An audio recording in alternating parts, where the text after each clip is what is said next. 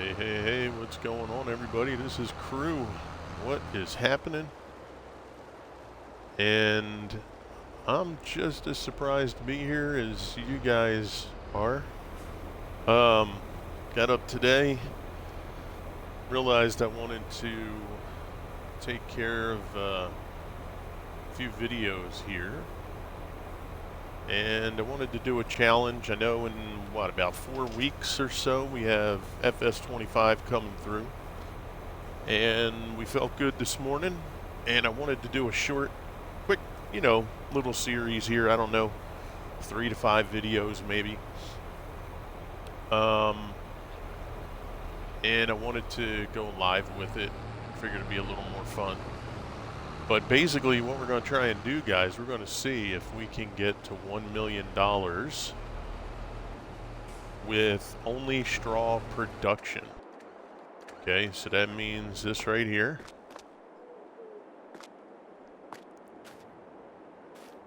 That's all we're going to be doing. Straw processing. We will have it sell direct. Let me get a save in real quick. So we're going to have it selling automatically, and we're just going to be running straw. Okay, so obviously we're going to use our grain products to get our straw. We'll put those away, and we're only going to be selling the straw. So we are in November, so we're going to count. Once we get to January, this will be part of year 1. I wanted to get it to the start of January, but the crop was done, it was ready. I thought I was going to have at least another month or 2, but I figured I'd start it. It's only a 2-month head start.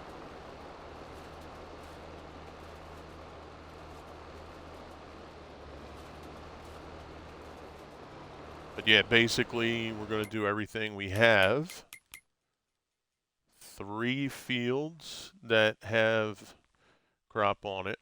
This field up here is ours. That has grass. I had already put grass on there before I thought of doing this, so nothing I can really do about that now. We're going to leave that alone.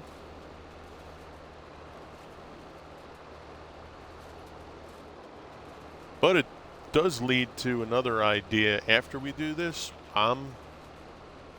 What's that, baby? Yeah, I know. I was trying to be silly when I typed that in there for him. I was hoping that he would see it.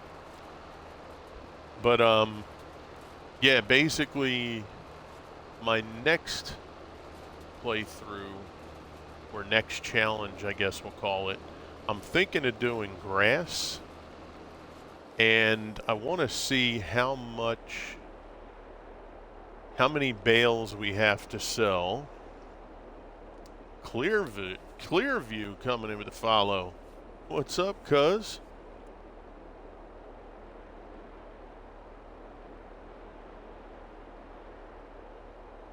It's been a while since I've seen you. Hope you're doing well. Hope sound's coming through okay. You guys hear everything okay over here? Does the game sound...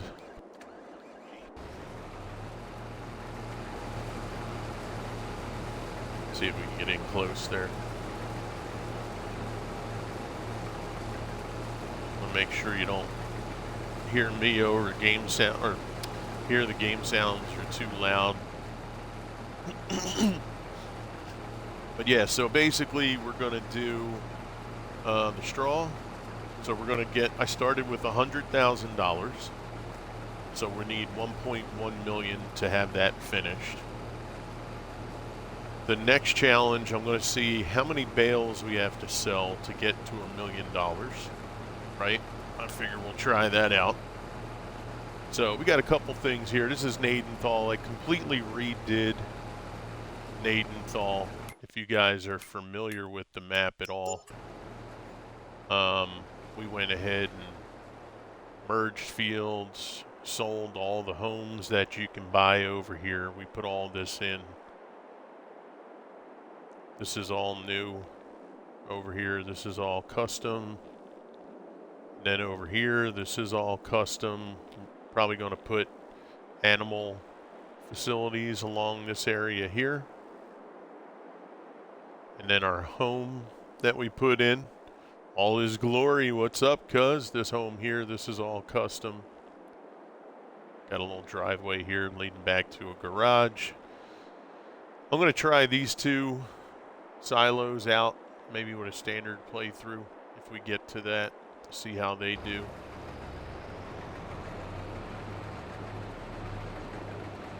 Hey, there he goes. What's up, guys? How you guys doing? So I'm trying to get this crop done real quick before it gets too dark. Then we'll sleep. We should have our final field ready to go once we get to the next month. But yeah, $1 million within, I'm thinking 5 years, using just the straw processing. And it'll show you too how, you know, if you're starting off, straw processing is probably a good way to go to make some money if you get tired of doing the standard things that you would do, you know, grass, silage, baling, you know, that sort of thing. Even though you can bale this instead of doing it in bulk. That's another way. It does hold a lot in the facility. I think it's 500,000, right? Was that accurate? Yeah, almost 500,000. Holds 499,000 liters. So instead of doing the baling, the extra cost for that equipment, you know, you can just do bulk. Get a multi-fruit shed, just stack it in there, and then just grab it when you need it. But we'll see if we can get this 1.1. Like I said, we started off with $100,000 after we got our equipment, and that's pretty much just so we can pay for the seed, the fert, the workers. I'm not going to be refilling seed and fertilizer and all that. It's going to be straight buy. So we'll see what happens. We got 5 years. We need to make $1 million in just straw processing. And then after that's done, we're going to try grass. I want to see how many grass bales you have to sell to get to $1 million. Figure we'll just have a little fun while we're waiting for November 12th to get here. Not too far. What are we, October 16th already, so not too far away till we get FS25.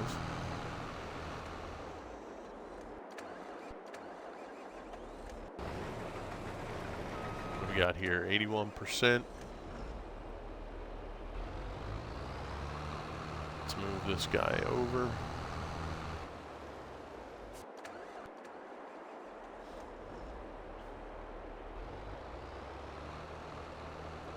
I hope you guys are looking forward to FS25.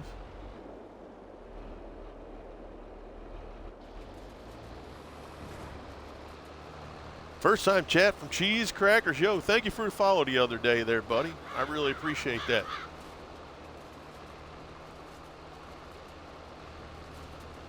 And I'm going to hit you back with the follow.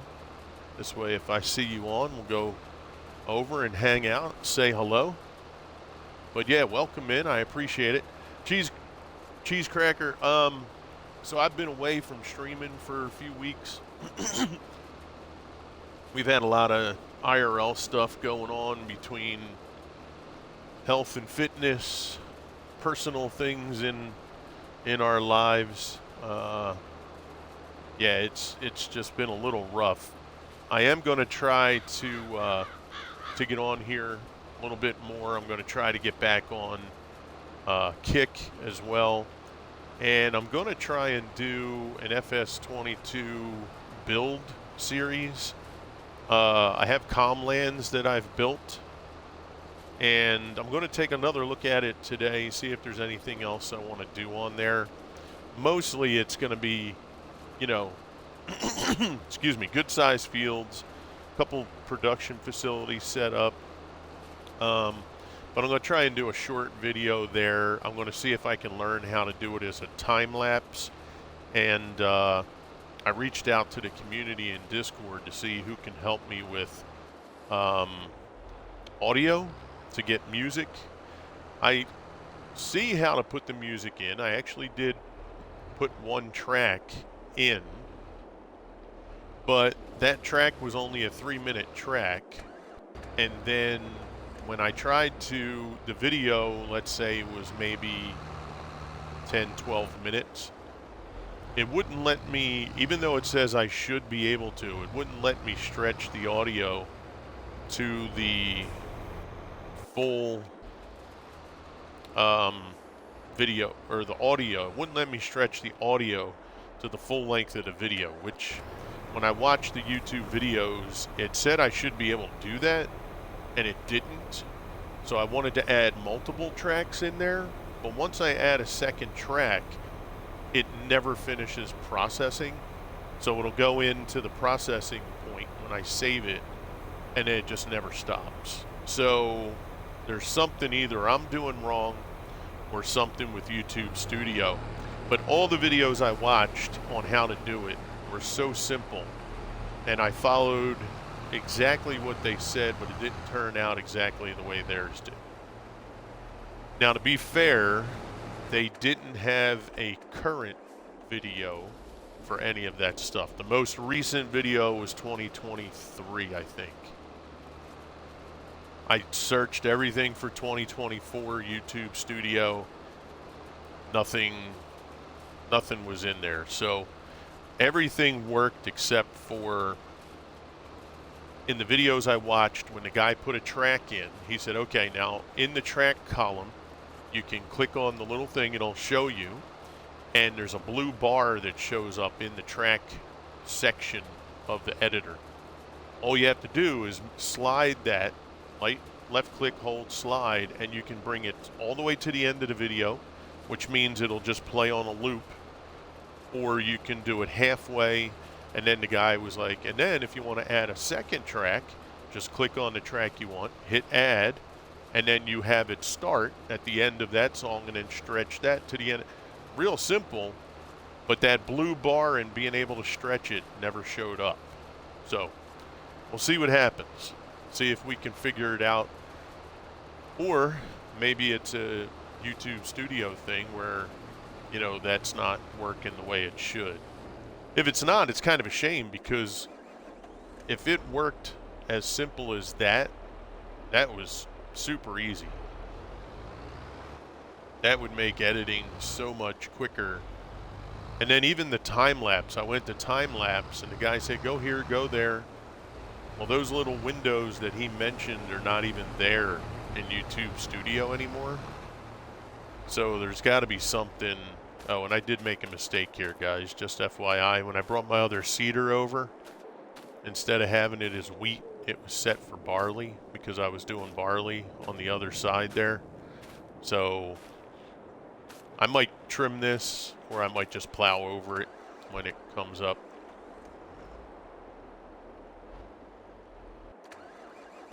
But yeah, Mr. Gallo said that he could help me with that, so we'll see how that goes. That's kind of my plan. Hopefully things will go true to that plan that we put out there. I want to try and get all that stuff done before 25 comes out, so that I'll be ready for 25. I don't have FS25 on PC at the moment. I got it right away, pre-ordered for console.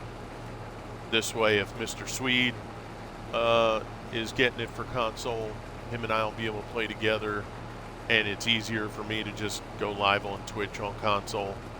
I hope to get it on PC as well this way, because the build videos, doing the building and all the terraforming and stuff is so much easier on PC.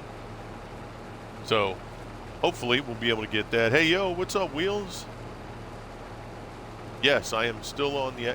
So I'm playing on everything. I got Xbox and the PC. Currently, I am running on the Xbox. How you doing, Wheels? Good to see you, my friend. Yes, so at the moment, we are on Xbox. And I do have FS22 on PC as well. Like I said, I'll be doing a build video on Comlands. Well, it'll be I hope to have it as a time lapse. If I can't learn time lapse in YouTube Studio the way I need to or want to, then I'll just do a short, kind of flyby type video for that. And like I said, I did make a mistake in my seeding. When I put the seeder over here, I was going to have 2 seeders running. I forgot to change the seed to wheat, so that's barley. Like I said, we'll probably just plow over that.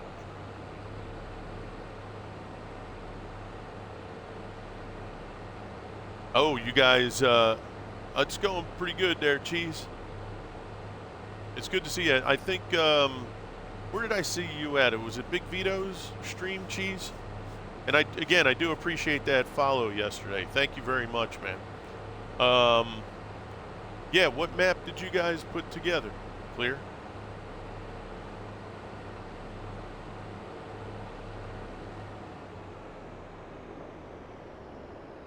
I haven't seen my my friends from your side.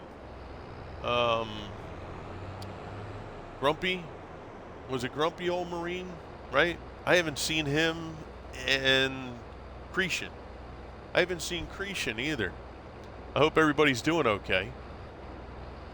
Actually, you know what? Before I do anything, let's bring this and get this repaired.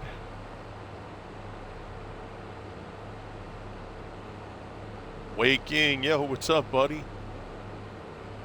They're doing fine? Okay.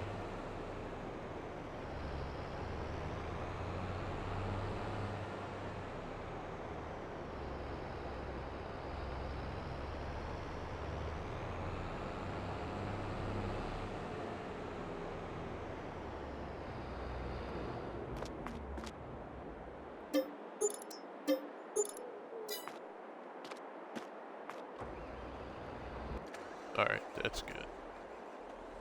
Oh, shoot. You know what? I forgot to offload.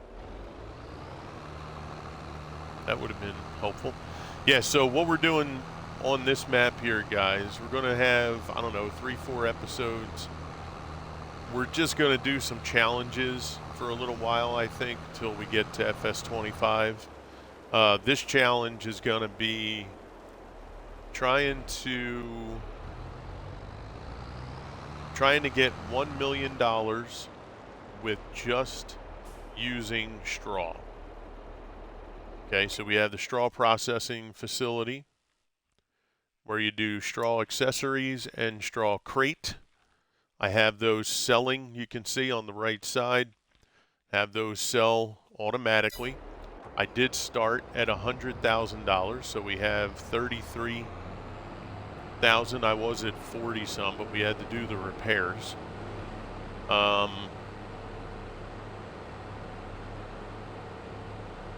So we have to get to $1.1 million. Shame you can't turn repair off. This way I wouldn't have to spend any money doing that, but I think everybody would probably do that anyway. So that would negate the repair part of the game. I should have moved over. So we're not going to sell the crop. We're only going to use the straw production. The struggle bus, yep. That's true, Cheese. Yeah, so we'll just store the crop as long, as much as we can.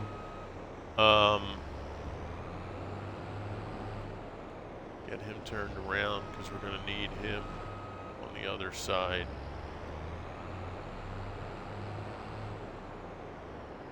All right, let's just put him there for now. Here we go. Let's dump this.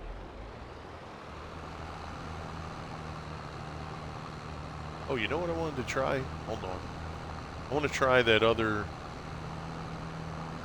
storage facility that we put down the other day. Take a look. What's up, DJ? Absolutely. Yeah, I'll have to run to Rite Aid and pick her up another one. The other one I had was like the horse pills. She was like, I don't want that.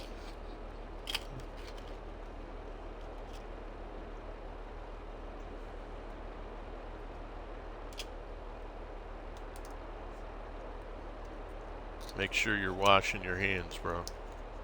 Disinfectant. Because I don't think she has a sore throat from her fun at the weekend getaway. I think she's got a cold. You know what I mean? Gamer Shane's in the house. CJ Denny, what's up, cuz? Alright, that's the two that are open. And that's for later on. If she needs that other one open, then here. Bring this.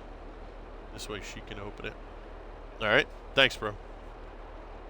What's up, guys?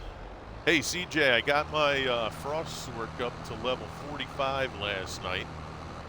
I basically went through the map, bro, and I wanted to try and finish a couple things in each of the faction area, or the sectors, right?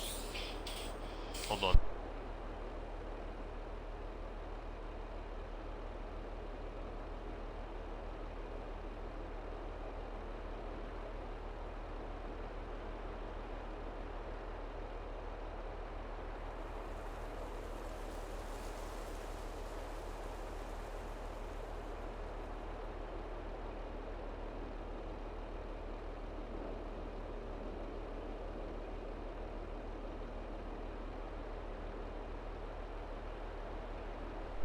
Be right back, guys.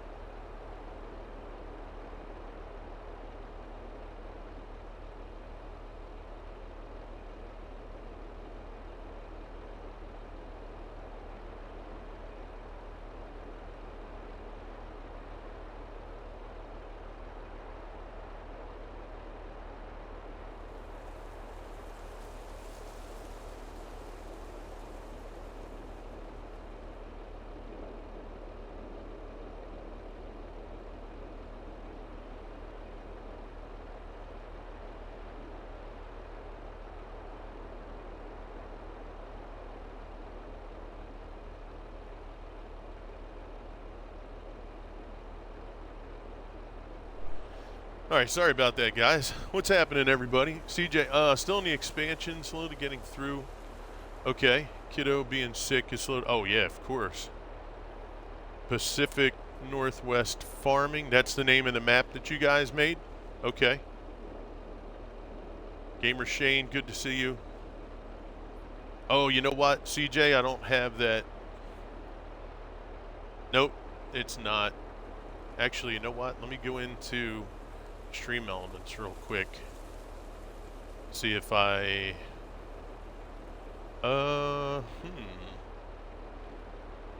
Dashboard, let's see. I haven't been in Stream Elements in a while, bro. What do we got? Chatbot, chat commands, I think. What are we looking for? Exclamation point map. Where are you at? Wait, custom commands. Here we go. Discord, lurk, kick, SGA, map.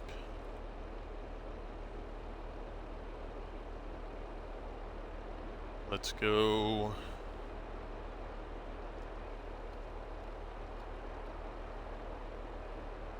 Gnadenthal, I believe it's called, right? Let's save. Okay. Hey, Ultra Gamer's here too. Yeah, this is Gnadenthal. So let's see. Exclamation point map. See if it's saved. Hey, there we go. I think that's how you spell it. How's you and the family? We're doing pretty good, bud. Yeah, we're hanging in there. Just, you know, trying to do our thing. And felt good today. I figured I'd get on. I want to go check out this silo over here real quick because I have not been able to get anything to dump in here as of yet. But this will be the first time trying this crop because I think I tried other crops. So I didn't realize these opened and closed earlier because when I would walk up to them, see how it says nothing? So I didn't know they opened and closed, but then eventually I found these buttons here. Which, okay, they were, yeah, there we go. Right? So then when I opened them,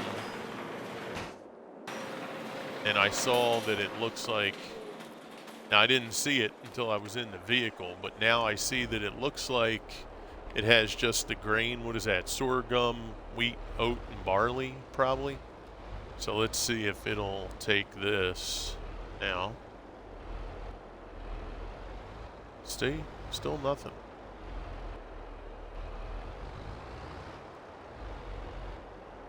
Still nothing.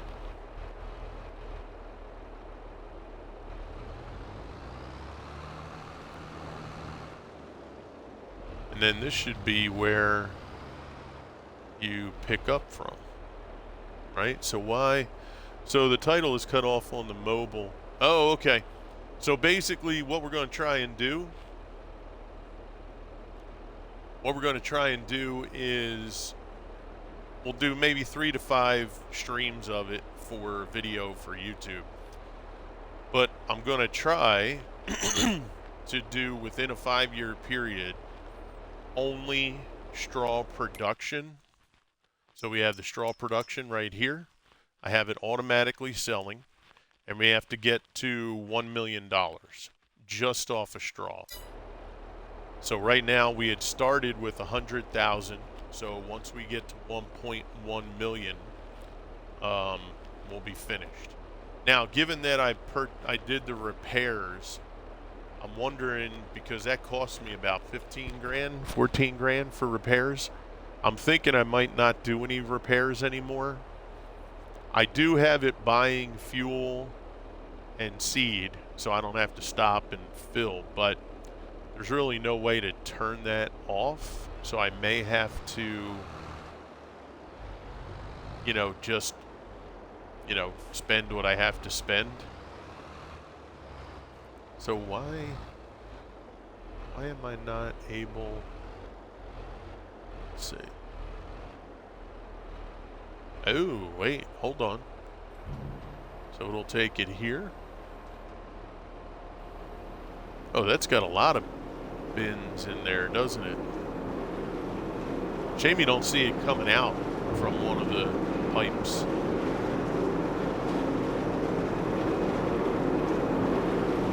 So then what is that other drop point for? Oh, so there must be doors on the other side too.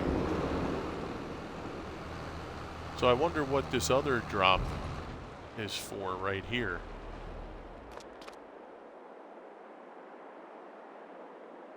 You know what I mean? Like, what is this for? Oh, maybe, could this be auto storage for bales? Is that possible? Because there's no pipe there for anything to come out. Yeah, I figured, you know, we got a few weeks until 25 comes out, right? No, there's no doors back here. Okay, I didn't think so. And then maybe this is where the bales come out if you put, but there's no extraction. Oh, what do we got here? Open. Oh, here we go. So maybe this is for bales.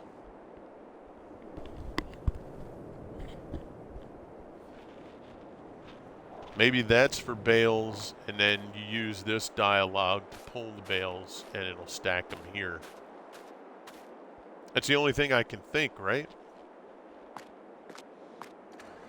Yeah, and then once we're done that, CJ, if things go, you know, positive for us, the next thing we'll do will be grass bales, and we'll see how many grass bales you have to sell to get to $1 million. Figure we'll try that.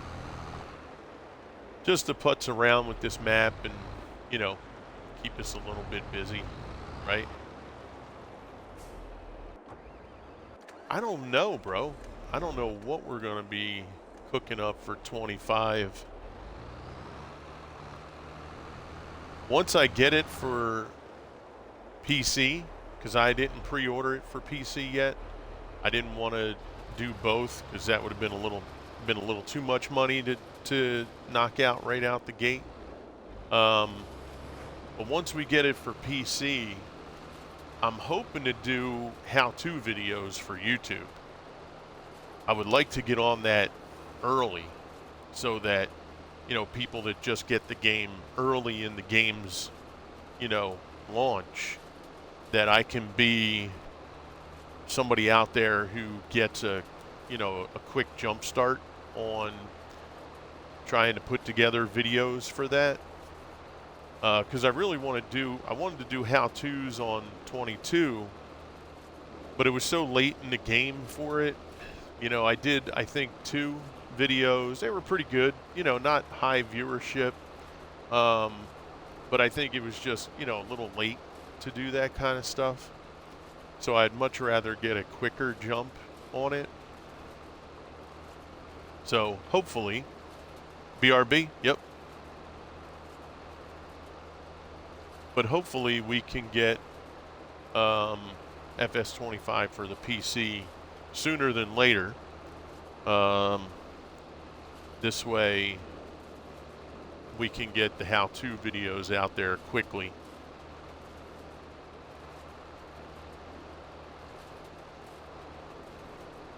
I know for me and Mr. Swede, we've been having a lot of IRL stuff that's been, you know, kind of kicking our tail. So we have not been able to kind of do what we are used to doing.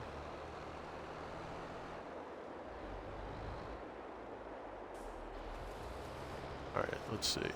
Try to see if I can move this over enough to merge those two.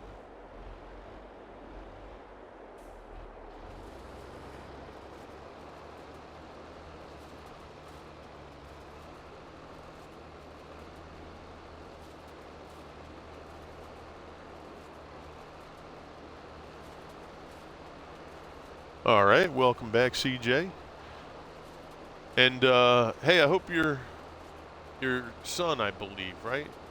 I hope he feels better quickly.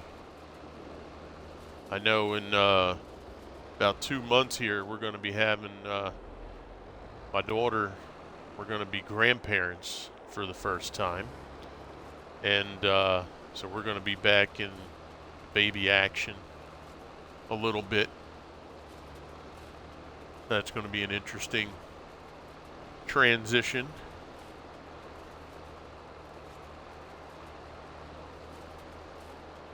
But I hope he gets better quickly.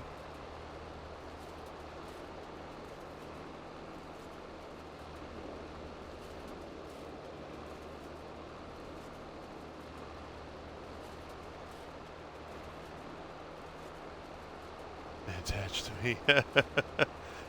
Yeah. Yeah, I haven't really said too much about it because, you know, I'm kind of one of those folks that I'd rather things happen and come to fruition first. You never know what life's going to bring you, you know. I never really want to get charged up and thinking one way and then all of a sudden life throws you something unforeseen, unexpected, and, you know. But that's some of the stuff that we've been dealing with in our personal lives.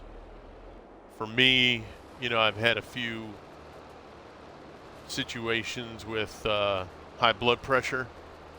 So I've completely revamped my diet.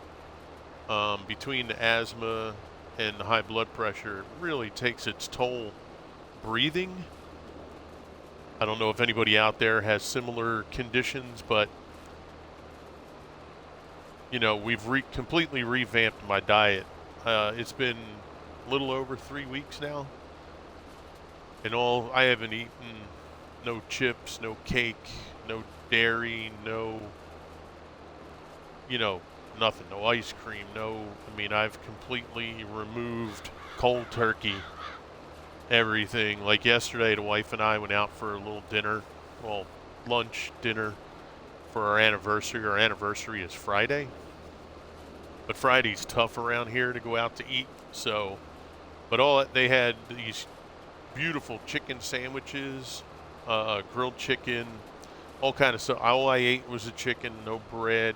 I've been really trying to work on my diet, getting my weight down.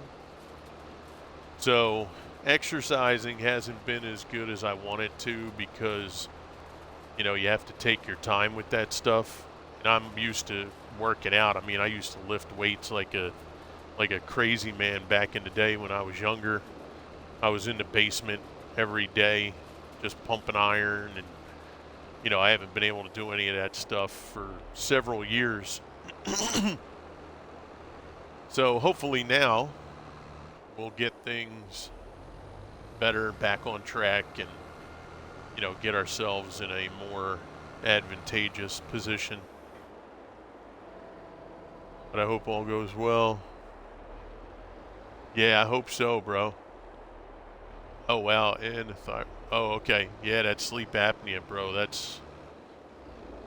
They wanted me to get tested for that too, but all the tests that they want you to do, because insurance sucks, it would cost me like $10,000-$12,000 by the time I get all these tests done that they want you to do. You know, I can't be, you know, and I always like when they hit you with, well, you know, it's what's it cost for your life? Yeah, that's great, man. You got money, doc. I saw your BMW and your Mercedes or whatever out there. I get it. I know you live in a nice, beautiful mansion, probably. But I can't have a $10,000 nut, because that certainly isn't going to help my blood pressure.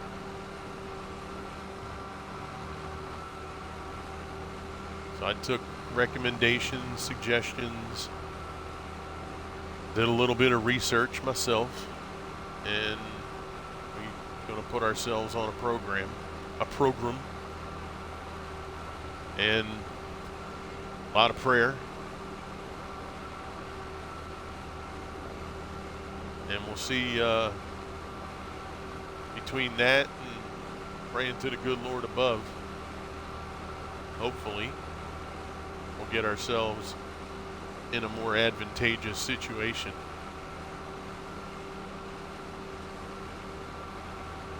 Yeah, I mean, it's nuts, bro. And because I don't work like for a company, we work from home. My wife and I take care of my handicapped mother, and they don't have insurance programs for at-home workers as of right now. So I have to get my own insurance. I mean, it costs like $700 a month. That's the cheapest, and it doesn't even cover like everything.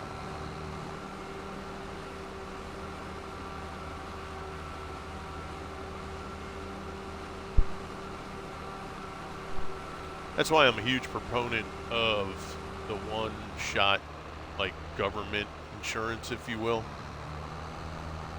where, there's one thing. This way you don't have these insurance companies doing whatever they want to do. And, you just, when you're born, it should, honestly, our stuff here in the U.S., it should really work like Medicare should just be from birth. Right? Medicare, Medicaid, whatever. As soon as you're born, right, you get put in the system. When you get a job, it takes a percentage of your paycheck, and it goes toward that medical system. And as long as you're working and you get a paycheck, a percentage goes in, and then when you retire, that's it. You're on Medicare again, just like when you were a baby, where you don't pay nothing, right? So you're on the system's books until you're 18. Even if you get a job at 16 or 17, doesn't matter. You're on the government's bill until you're 18. Hey, baby. Look at that nose.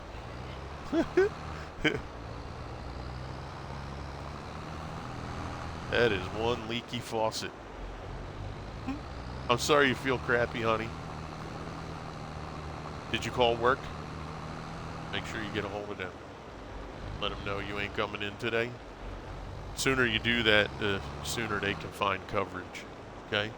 Because going to work in your condition, not going to be good.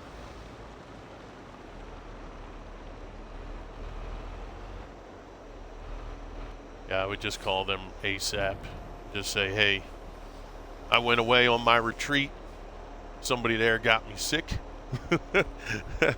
And I might not be able to make it for the next couple days. I don't know, you work today and tomorrow or just today? When's next day after that? Friday? Okay. So tell them you'll see how you feel for Friday. But for right now, you'll be home resting and sucking down some OJ.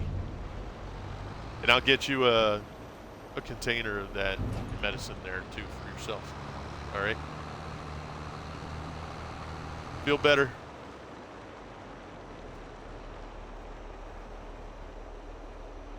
Yeah, my daughter went away to a retreat with her, with our church. Thanks, CJ. I appreciate that, buddy. Like $250 every 2 weeks for my check, and it's wow. Yeah, see. Yeah, so you're paying. Yeah, see, when I worked at FedEx, bro, it was the same thing. I was paying $450 a month, even through FedEx. No, it was actually no, it was about $500. Yeah, I think I was like you. I think it was $250 every 2 weeks. So yeah, I mean $500 through a major company. Like you would think FedEx would be able to have better rates, but it's ridiculous. So you know what I'm going through. And what's messed up too is that's the family plan, because it's me, the wife, and 3 of our kids. Now my one kid, the one who she's pregnant, the one who's pregnant, when she hit 25, she had to come off the books for the insurance. My oldest son, I think he'll turn 25 next year. So then he'll come off the books, but the price doesn't change, because the price is whether it's a family plan. So it's 1 kid or 12, doesn't matter. So we won't get the reduced rate. Hey, Gamer Shane coming in with the raid. What's up, brother? Thank you for that raid, Gamer Shane. Good to see you, man. I appreciate that. Welcome in, Raiders.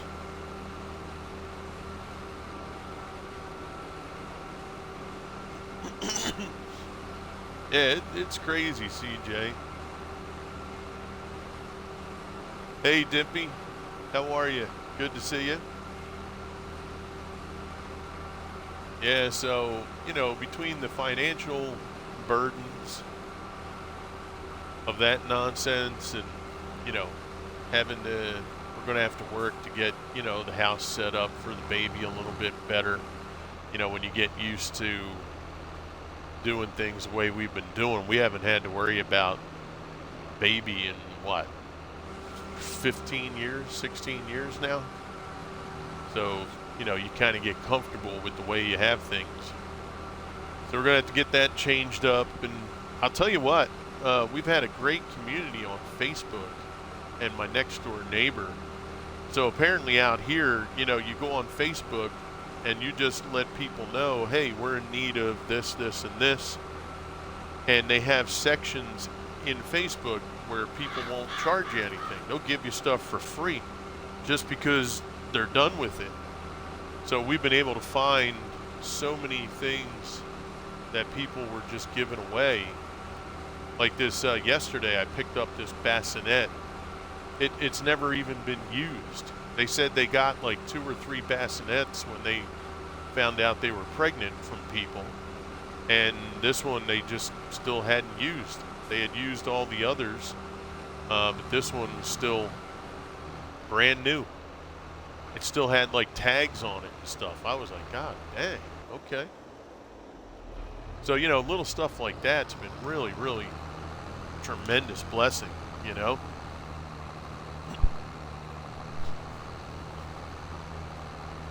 One arm typing to the other is a little tight. Yeah, no, I got you, CJ. Maybe your neighbors on Twitch? No, they're not. They're just good people. That's all. We're blessed to have a pretty good community out here. They had a huge fire last week at the Catholic Church school that's right down the street from us. They even have it on YouTube. You just go on YouTube, you type in St. Kevin's Fire Springfield. That thing was outrageous. Torched the whole inside of the school, and there's a daycare in the school, and it happened right after everything was closing for the day. So luckily no children. There was a janitor that works there that was trapped in some room, but they were able to get to him and get him out. So no bad stuff happened, but yeah, he's like, I got some crap you can have, but yeah, I can't drive over and just pick that up, CJ. I think that'd be a little tough. He's like, there is that distance thing that could be a problem. All right, so we're going to sleep here. I think I have 1 day per month. So we'll get to the next month. The other there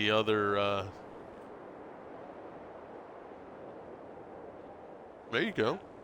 There you go, see? All you had to do was just shove a giant Twitch pajama in there and it fits perfect. Did I say Twitch? I said Twitch outfit. I meant Stitch. A Twitch outfit. What the hell's a Twitch outfit? That was a faux pas. Okay, now let's take a look at our production. Holy crap, that 1 month, that took all the water. We're at 160,000 though, so that's good. All right, water's full. Tell you what, let's go fill up the straw.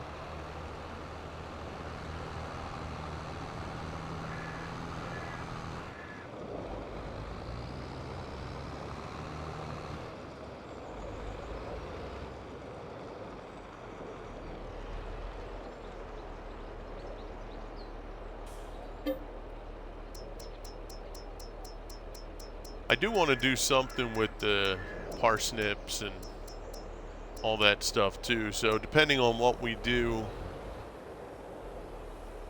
challenge-wise, we might throw that in as a challenge somewhere. He's he's like, yeah, if you want to drive the Little Rock, I got you, bro. Be ready to go.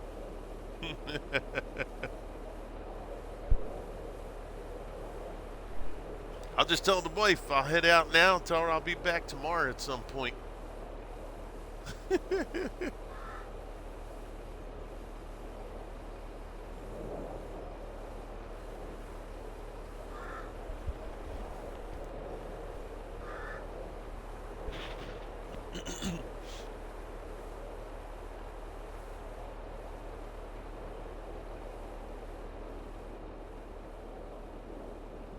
Now, do some silos have that big a drop from the pipe to the container? It seems like that would be an awful long drop there. You get a gust of wind, you can lose a percentage of your product, right?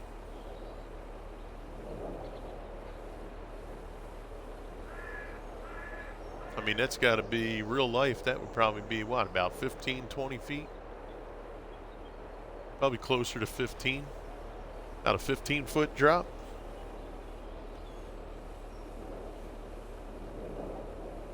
Especially straw.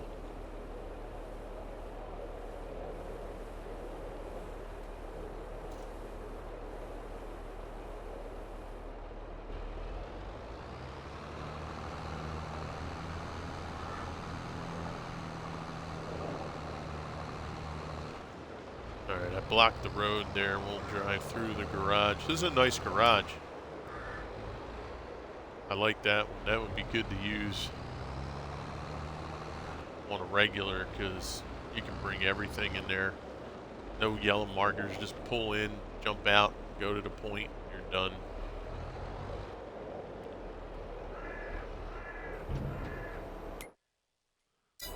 So we're actually only going to use half. No, actually might use the whole thing.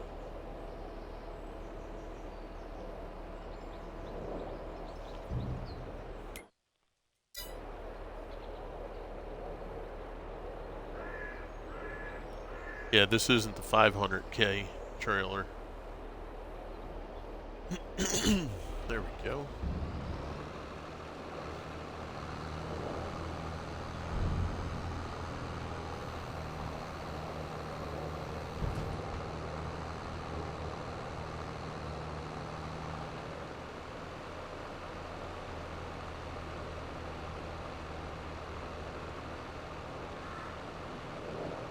Okay, so I'm not going to worry about that little row there.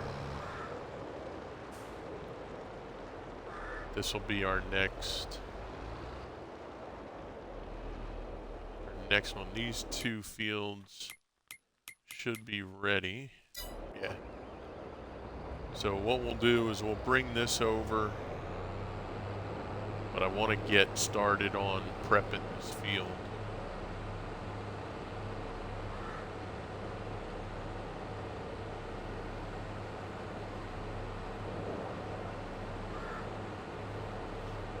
Hey, babe, CJ said he's got a whole bunch of baby stuff we can have. We just have to drive over to Little Rock.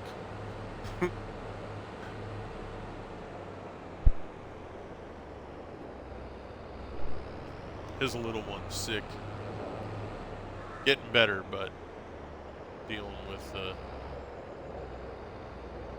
sick baby there. Not fun.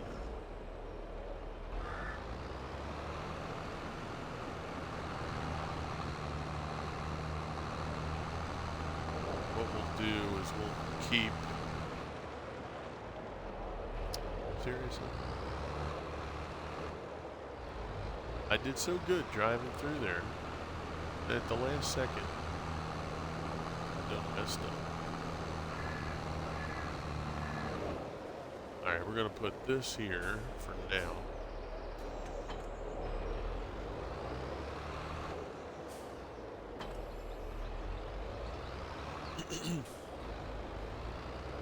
Let's go get our mulcher. get two running with our mulchers.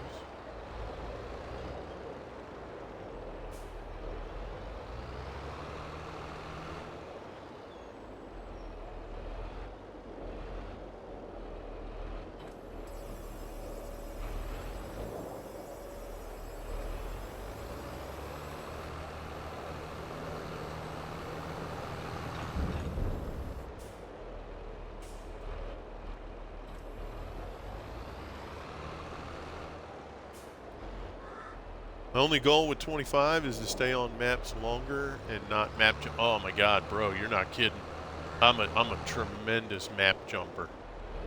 Mr. Swede used to get a little ticked off at me, and so did other people I played. Even when I was on 19, I was all over the place, bro. I feel you. Was that the old man NPC? Is that the same one? Right? The old guy? Is that the one you're talking about? Oh, no. Was there a new one? Because I saw the old man.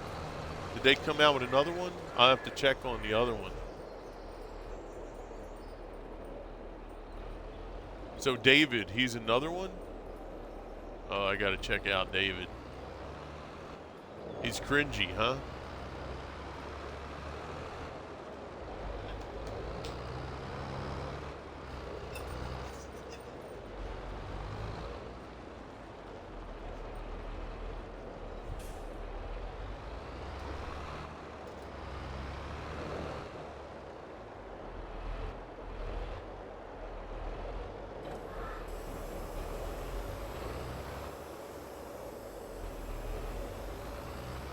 Yeah, I'll have to check out the new one.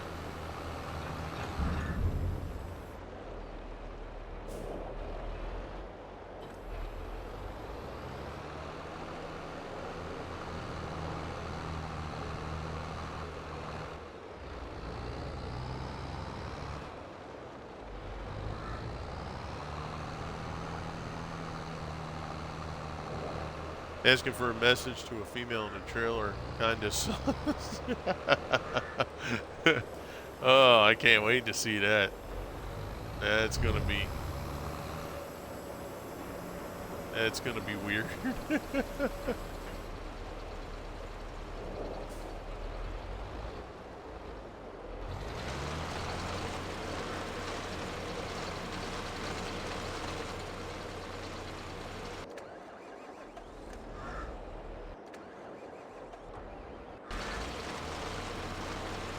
I guess two row headland here I think will be good enough. Send him up.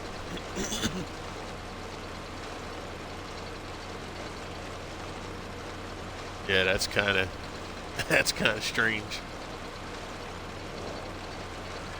He sounds like the dumb don't talk to him neighbor for the American map. Oh my. Alright, so what we're going to do is we're going to do headlands, and then we're going to send them up and down. Once we do that, then we'll head over to our combine.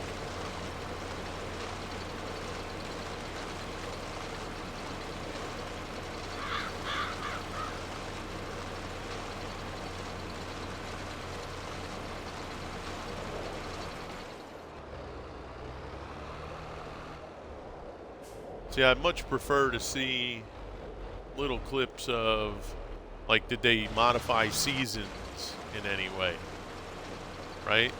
Are we going to get moisture content? Are we going to get standard crop rotation in seasons, right? That's what I want to know about.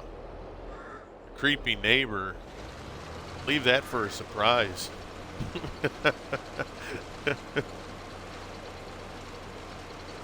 Yeah, let me know, did you put in, remember they used to have where you can grow the crops fast, slow, normal, right? Do they have that for people that just want to zip through the crops? What other settings could they put in there for us? Snow.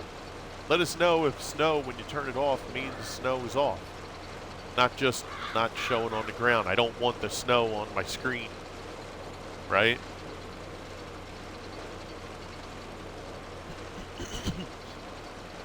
Can you do contracts with snow? That'd be cool. At least in the winter, if you want to do plowing contracts, it gives people the opportunity to, to maybe do some kind of contract work in the winter instead of just sleep through the winter, right?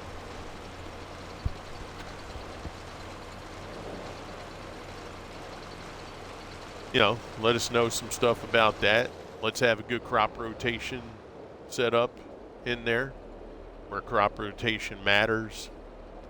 Can we have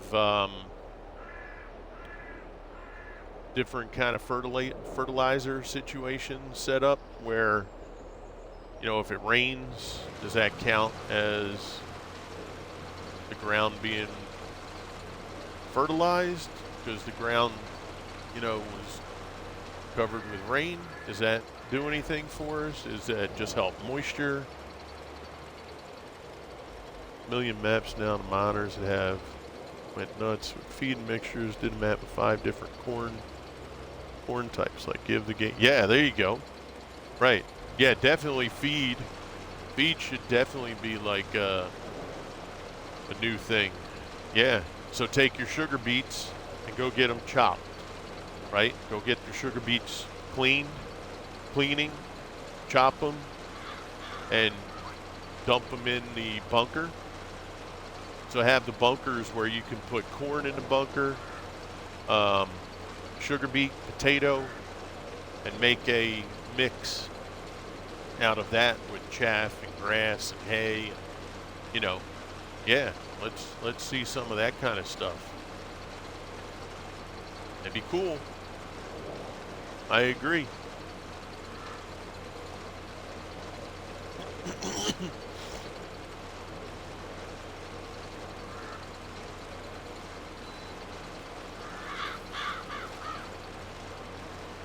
All right, we'll send him up and down once we get to the end here. And then they'll be able to be on autopilot. Like I said, I'll be paying for the contract, for the workers. We'll be paying for fuel. We'll be paying. So we're going to do over $1 million, obviously, when it's all said and done. But we're not going to be finished until we hit 1.1 million. So hopefully we can get that done within the 5-year mark. Okay. So let's see what we want to do here.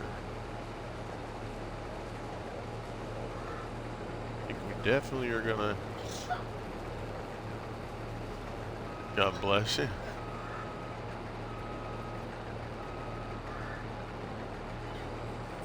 And actually, we're going to disable the straw swath for the headland here.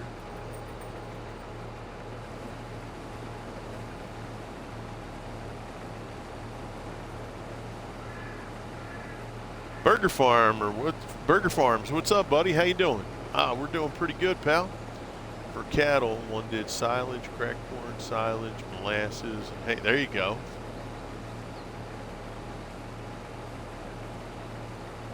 Yes, that's the thing, right? You don't want to get into this repetitive, because we've been repetitive for many, many years now. So just give the opportunity to now, if you want to make a deeper, more complex feed type, then yeah, go drop some potatoes, go drop some sugar beet, drop some corn, and then take it to a facility, chop it up, grind, maybe you have a grinding thing that you can grind the sugar beet up and then take it, dump it in your bunker, right? And then let that ferment with your chaff. I mean, that would be cool. Like you said, that gives people the opportunity, to make that more complex. And you can even have, if you want to work it percentage-wise, And you can have it where, you know, the productivity is affected if you have two different things, so chaff and potato, then maybe you're at 110% productivity or 105. If you had a third product, you're at 110. You're at a fourth product, you're 115. You know, simple things like that, I think would be pretty fun.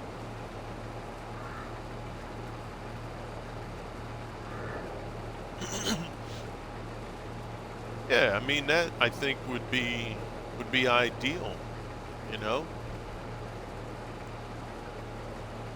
And then it allows you, if you have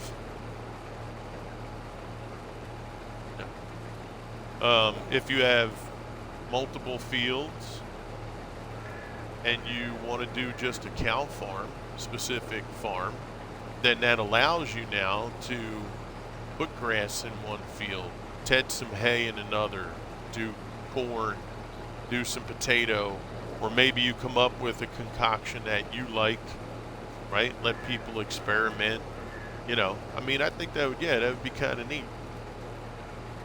Just got up and working at the new job, washing dishes, bussing tables at a Mexican. Oh, okay, Burger. All right, good for you, bro. Good luck with that, man. I hope things work out real well for you.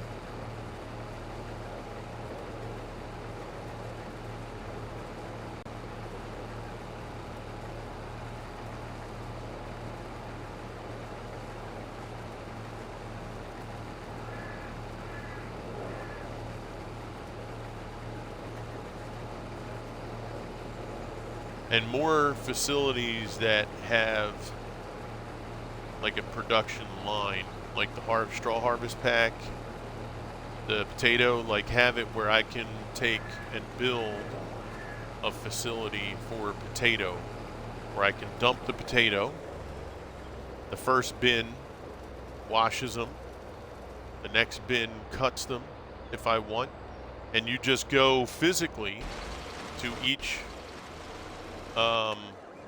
part of the production thing and turn that on if you want that to work, like you would turn lights on, right? And each section you can buy separate to add to your potato plant, if you will, right? So first thing you buy is the dumper, has a conveyor belt, and it washes them, let's say. And then if you want, you can then put an extension on there that you buy that will then take them and run them through and cut them up for you. And then at the end of that, if you don't have the extension, it takes them and it drops them in a potato bucket, and that bucket goes down a conveyor. They get dumped into a bagger, and then you have the sack of potatoes, right? Drops in the sack, and they get sent down the conveyor. They get slid on a pallet. It does, I don't know what, 3 bags laying one way, 2 the other. It cross stacks them, and then that pallet gets wrapped and then sent down the conveyor, you know, ready for you to pick up and do whatever. Or even go further, have that go and connect, have a drop point that will automatically dump those into a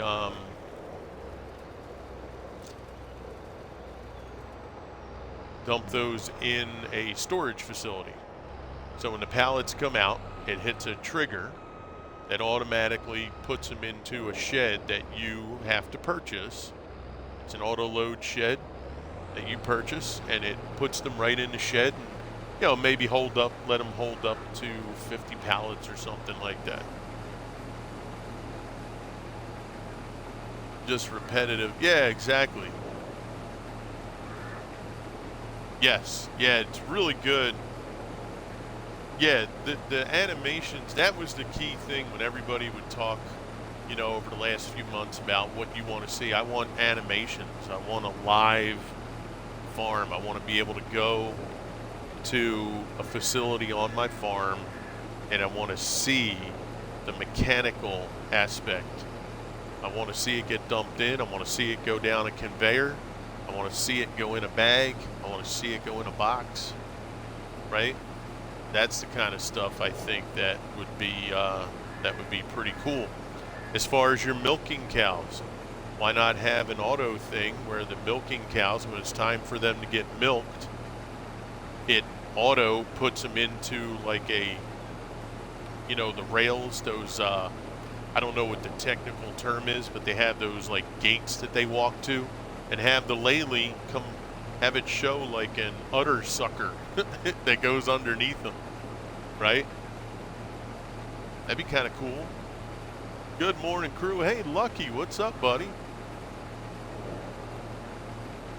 Yeah, now that, like you said, they got more under the hood, let's do something like that. Sprinklers. Let me have the opportunity to put sprinklers in the field.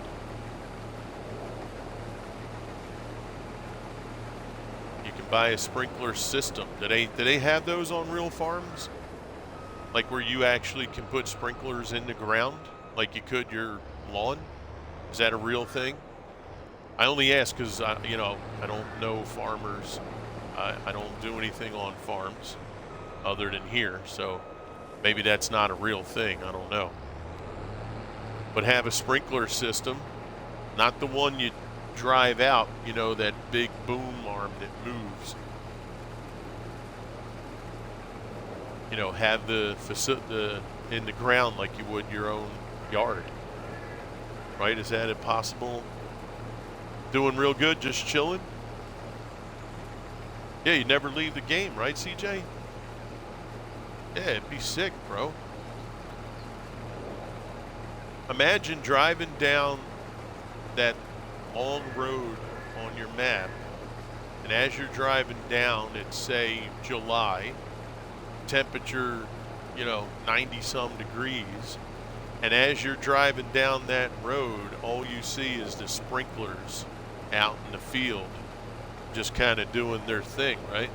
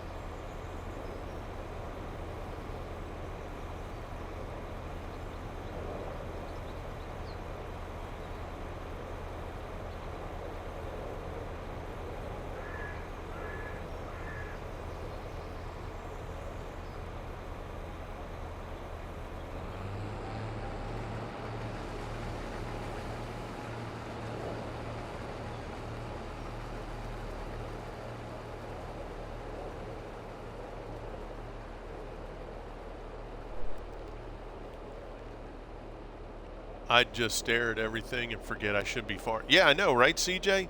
Yeah, see, little things like that, they're going to go a big way for players. You know, because in the end, you would have options, right? If you don't want all that, you don't want to pay for the different sections, then you'd still have regular productions that would work the old way. But there should be advancement in that. You know, those people, when I played 19 and that Straw Harvest add-on came out, and the group that put that together, I forget their name offhand. I know they work with Giant now, I think, like on a regular basis, if I remember correctly. When that came out, me and my buddy Jinx, we were just like, yo, man, every production facility should be like this. And I think now they should. If not immediately within that first year of FS25, that should be put into play. There's no reason, I would think, that they can't do something like that. You know what I mean? Fully automated, it would be sick, you know? When if I want a French fry, facility or potato chip, I dump my potatoes in this hopper and nothing happens until I turn on each section or a main button to turn on that thing, and it should show the potatoes going down a conveyor, they get cleansed, they get chopped into the French fry looking strips, and then they go into a bagging facility. And then each facility has the option of auto load so that it gets stored in a warehouse. Or if you want to have it where it stacks like 10 pallets and then you have to remove them with a telehandler or forklift, you have the option. Select auto, it dumps 100 pallets when the warehouse is full, all production stops, and then you have the ability to auto sell if you want. Think about CJ and the rest of chat. Imagine having a facility, we'll just use the potato. It's, I don't know,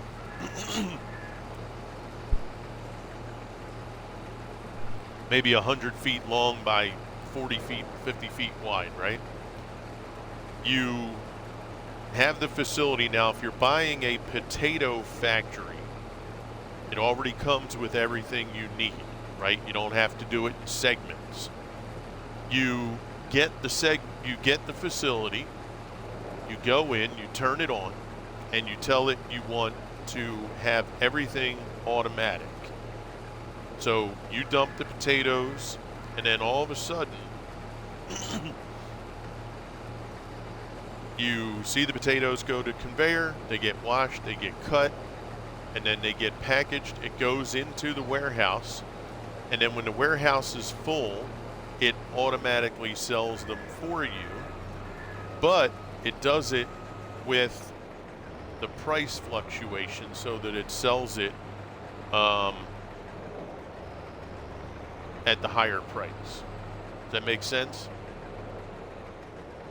Or it just sells it continually, and it just sells it at the best rate that it can.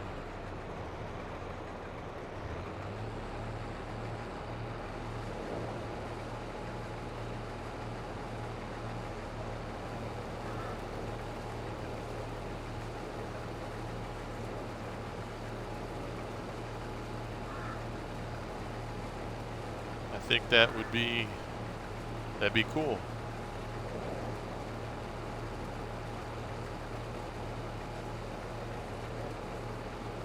And then again, it gives you control, right? And like CJ said, he would go there, you'd be watching it, right?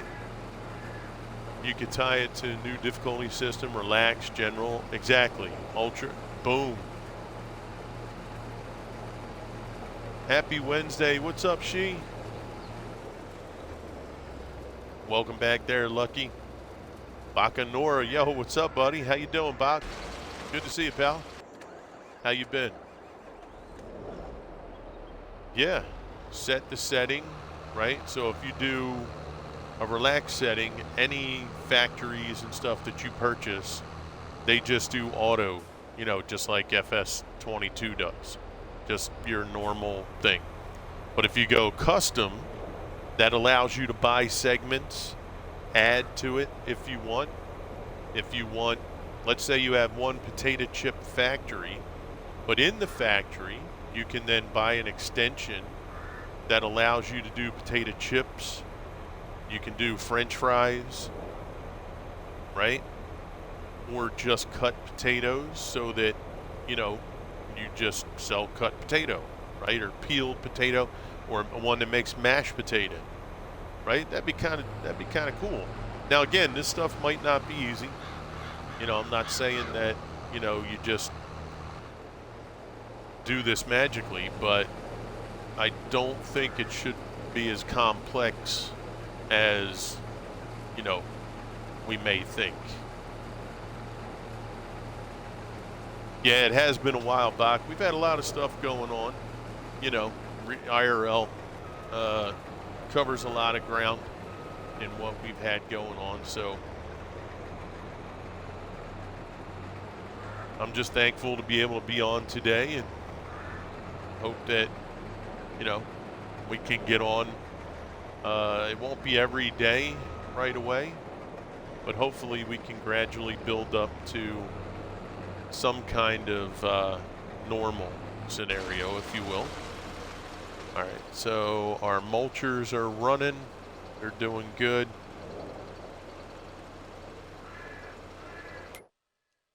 Let's get a save in here.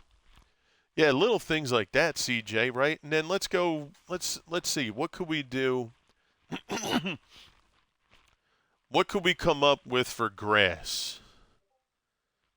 I mean, grass is pretty boring anymore. I mean, Swede and I, gosh, we did one map, we did what, like 50 million liters of grass and silage, and another map we did 30. I mean, we probably did 1 billion liters of silage in our FS22 career. It gets boring after a while. You know, what new things could we come up with grass? Right? Is there other stuff in real life that they do with grass that maybe we haven't explored? Right? Maybe that's something that could be a thing.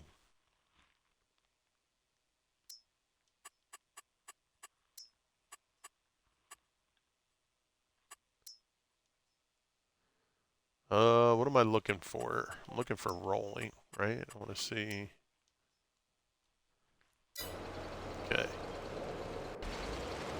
You know, maybe that's something that, you know, that we can look at for grass. Maybe we can, I don't know, let's see. What else can they really do with grass? Maybe grass is, maybe that's kind of tough. Maybe there's not much else you can do with grass, right? Cut it, put it in a bunker, got a fermenter. Yeah, maybe grass is kind of tough. You can bale it. Maybe grass would be, maybe we're doing what we can with grass. I don't know. Like I said, I don't know if real farmers do other stuff. Hydrate, copy that sheet, thank you. Yeah, stages of drying, I do agree.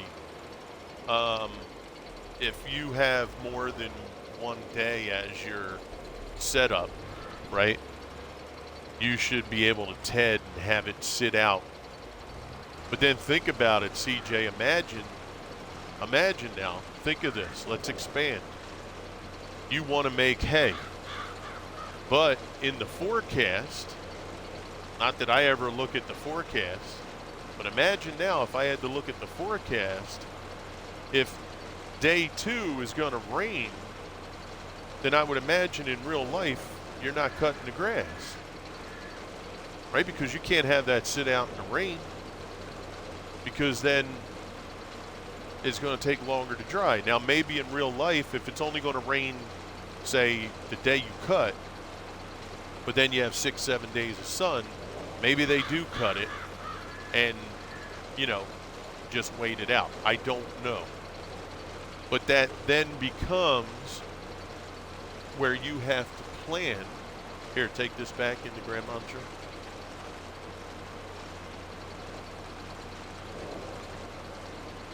Okay. Good. Okay. There you go.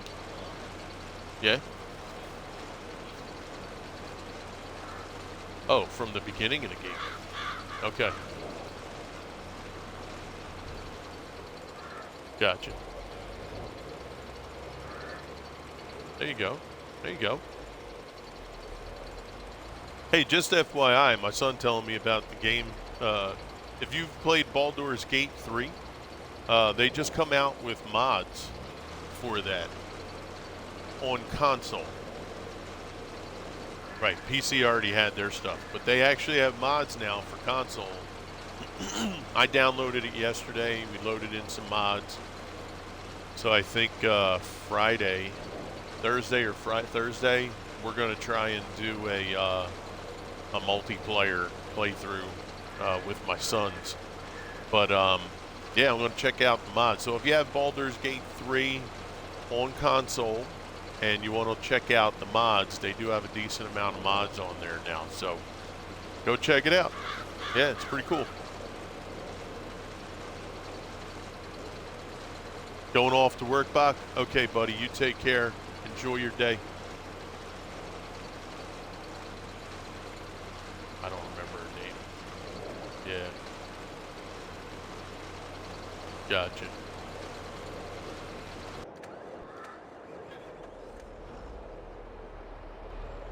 That's cool.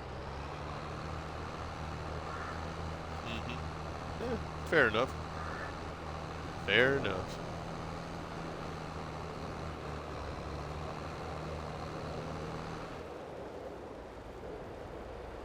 Now, I am debating, chat, on if I should merge this here and maybe close this off, paint over that, and just make this one field.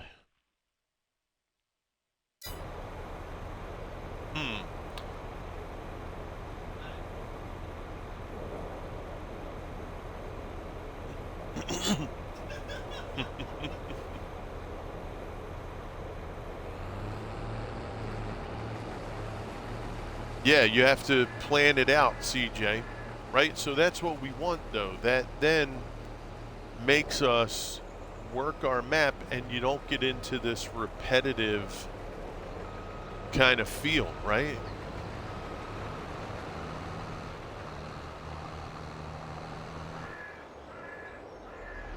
Well, yeah, they make you make decisions in BG, so.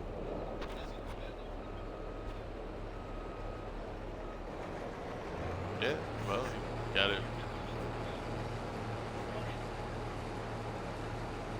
Yeah, well, Starian, he's got his own thing he's got going on.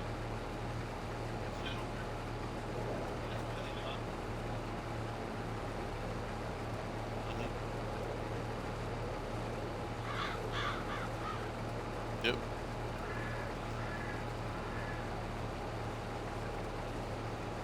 Yeah.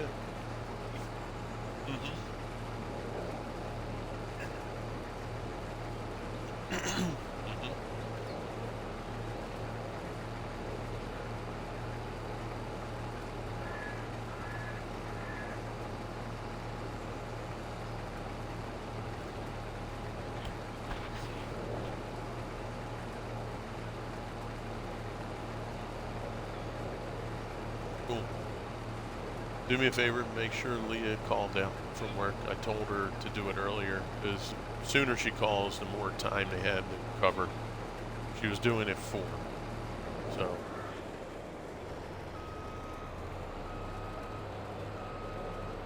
Yeah, well, you know, you try it out, see how it goes. Yeah, well, you try it out. Yep. But yeah, that's the goal. Gamers aside, hey, what's up? How you doing there? That's our are formerly, well, I'll leave it alone. I don't know who you want to know, who you don't want to know. So, Gamer Asylum, I thank you very much for coming in. It's great to see you. Thank you for the first time chat.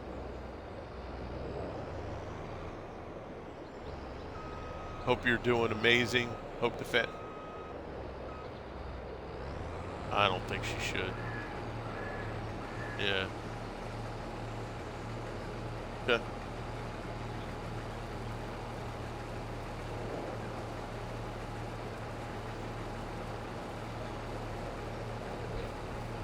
Yeah, there we go. So, Gamers Asylum used to be Gamer Mom. She has new branding.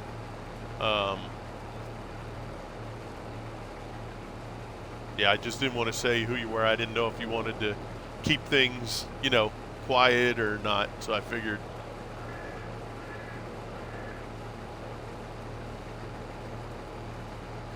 There you go. Yeah, so, but that's cool. And she is a part of our Crusaders team. She did take a little bit of a hiatus, had some things she had to get taken care of, but she's back now, and hopefully you were able to get things to where you need it, and, you know, we'll see, right? See how things go for you. Leave your tractor out in the winter, now it won't start in the spring. Actual pastures for the, oh yeah, that's all the stuff that I think we should definitely start to get into.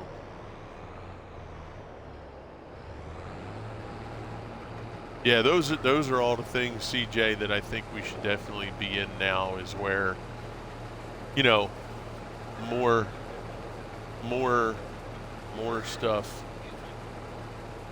Yep. Well, you do your thing, man. See how it goes.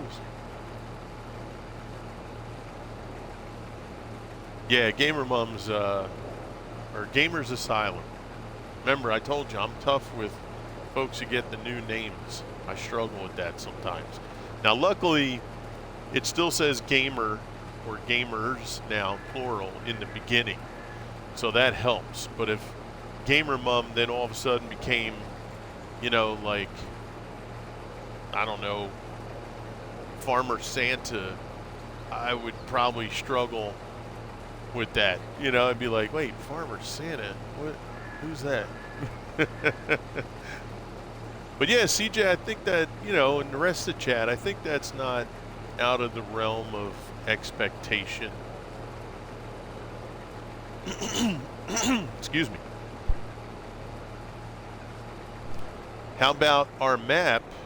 So when you go to this map view, let's say I'm playing a North American map. Well, there should be sugarcane.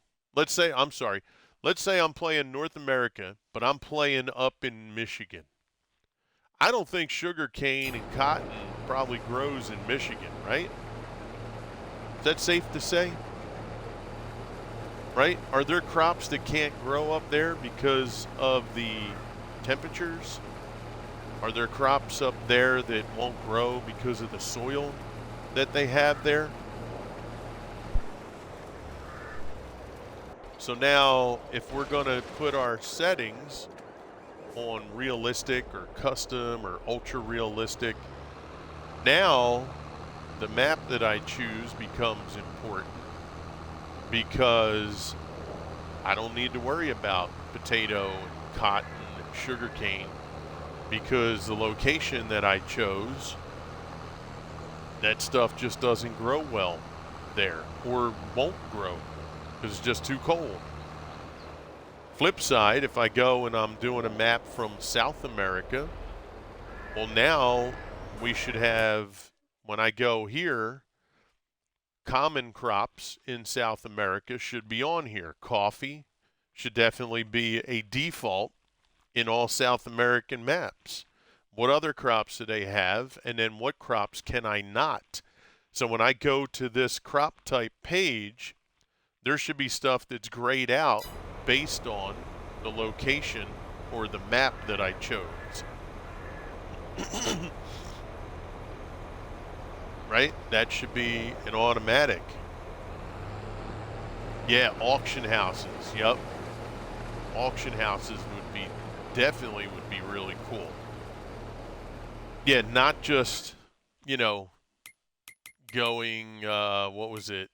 Where is that thing at? It's on this other page, right? Not just this here, but an actual auction house on the map that you have to go to and you have to outbid for the equipment that you want. That would be awesome. I think delivery should be default instead of it being a mod. So I choose if I'm going to go pick up my own equipment, or when I purchase, it gives me an option if I want it delivered to the farm. And you actually see a flatbed roll up with your tractor. And they pull up to your farm and it offloads and puts it, you know, at your farm, somewhere inside your farm land, right? At the yard. That'd be cool. Something simple, but you choose. And there's a delivery fee. You know, you buy a $100,000 tractor, you want it delivered, they're going to charge you maybe $2,000 to deliver. You just click yes or pick up. And you hit the Y button and you have to go and you got to pick it up yourself. Pretty simple.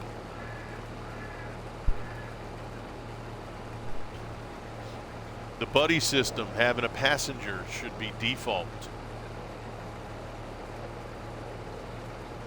You should be able to have you and your buddy, if you, let's say you wanted to pick up your tractor and you jump in your pickup truck, if you have somebody playing multiplayer, you turn it on and your buddy can jump in your pickup with you. You drive, he gets out, jumps in the tractor and heads home. Or if you have your own flatbed, you're able to just drive down with your own flatbed, load it up, and drive the tractor home yourself, right? Kind of cool.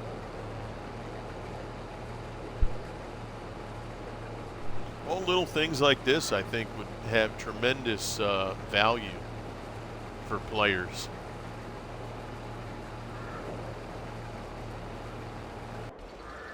Yeah, just take all the ideas from past games and blend them in, right? We had seasons in 17 and 19, I think, right? You had mods for crop rotation. The Global Company, you remember Global Company mods on 19 or 17 or both?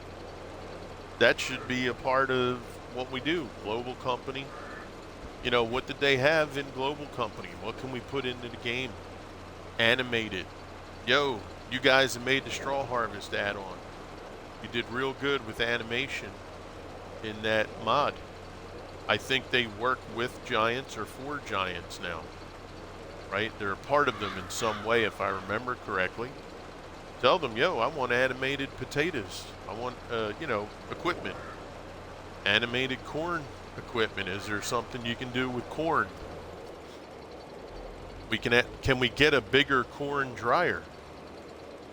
I've wanted to use the corn dryers in 22, but I can only put like 30,000 liters of corn, and then the drying time on it, I think literally real time, took like 3 minutes. I can't drive back and forth to that corn dryer every 3 minutes. That's not going to work. I need a slower dryer or higher capacity and slower.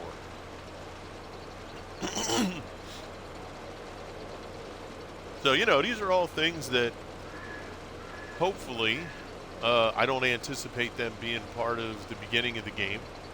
But maybe it's something that we can get in time. Now, I don't know if they're going to get back to every other year with their games, right? Are they going to do FS 25, 27, 29, 31? Like, are we going that route again? Or is the 3-year mark going to be their thing, right? You know, are we doing 25, 28, 31? Right? Are we going to get that 3 years now? I'll tell you, number one, the concept of a farm sim world that was brought up some time ago in one of our streams, where you do like American Truck Simulator. You have Farm Sim World, not Farm Sim 22, 25, 28. It's Farm Sim World. And you just add to the game. And that instead of waiting for a new iteration of the game, you just add to the game. Like ATS, right? They add new states, right? They add new, new trucks, new trailers, new whatever. Well, what if we had Farm Sim World, where all we do is add to the world? So we add a new potato machine or something like you do with mods, but it's continual.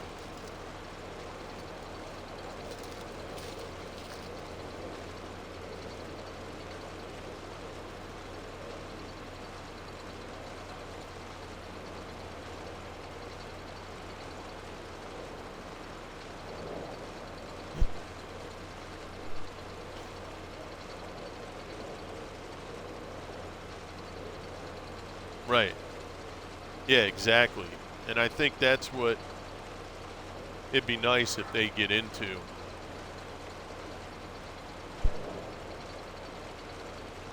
Like, to be fair, when I go into Mod Hub and I see a new motocross bike, I'm not hyped. I don't really care about a new Honda CR-V. That's me. Maybe there's people that do. But if I go into Mod Hub and I see, I don't know, a new production facility that's going to give me the ability to make pizza dough, and it's fully automated. But the thing is, I have to take my crop and get flour made and sugar, and then I have to bring those products, and then I see the actual dough coming out, getting rolled out, turned into, the size that you want made and all that stuff. And then they get stacked, and then they get the plastic wrap around them, and then they get put into a box. Frozen freezer warehouse is attached. Now I'm thinking, okay, all right, that's pretty cool. Right? Imagine seeing the canning process of carrots and green beans, where the facility, you actually see the cans traveling and a label put on the can, and you just made canned goods. Woohoo! That'd be pretty badass.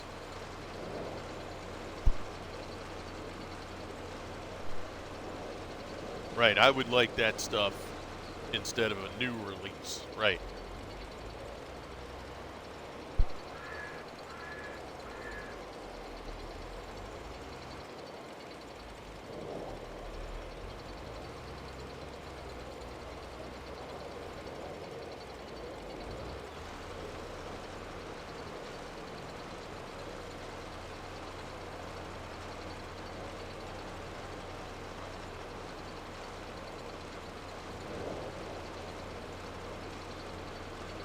Yeah, that's the kind of stuff that I think would be very, very fun. I think a lot of people would really enjoy that stuff.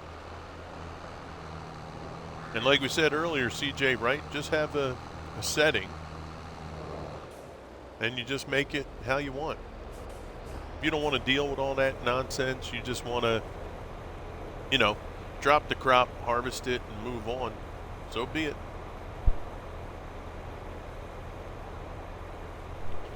Or just have the different facilities.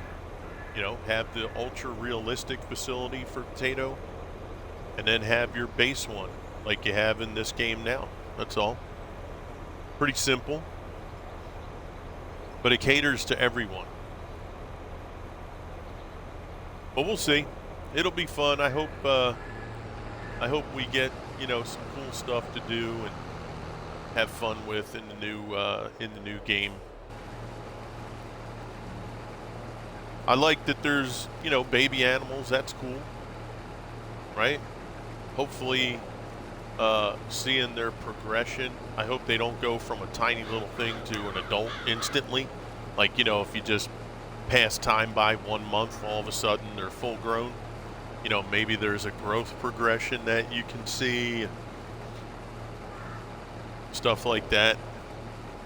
I wish they would put butchering and stuff like that in the game to make sausages. I'm not saying you have to actually see the animals get slaughtered, because I know they don't want to do that for their G rating, but let's be fair, you know, I don't see how having sausages made can be problematic. Or bacon.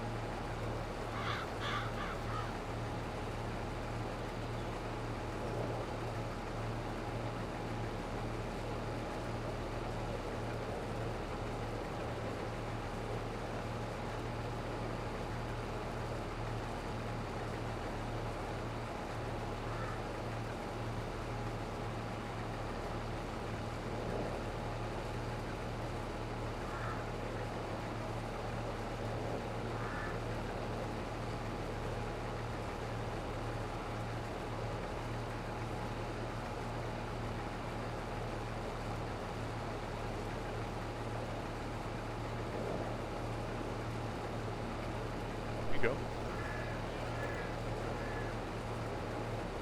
Yep.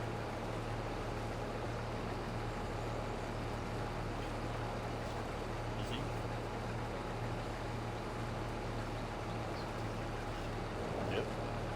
But yeah, like you said, with the beef cattle, all that happens is you go, you click sell, and they're gone. There's no function, right? Now, CJ, let me know, in some farming worlds here, in real life, don't they have where you have to bring your cattle to an auction? Is that a thing? Or do you have to have like a company come to you and say, hey, you know, next season, oh, imagine that.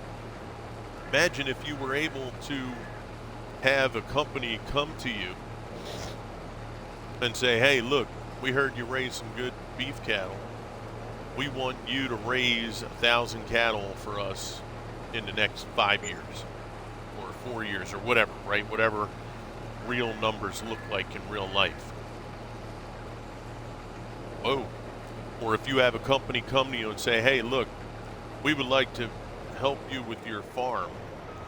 Would you be interested in becoming, raising sheep for us? Because we have a facility where we make clothing, but we need at least, you know, 300 sheep from you a year.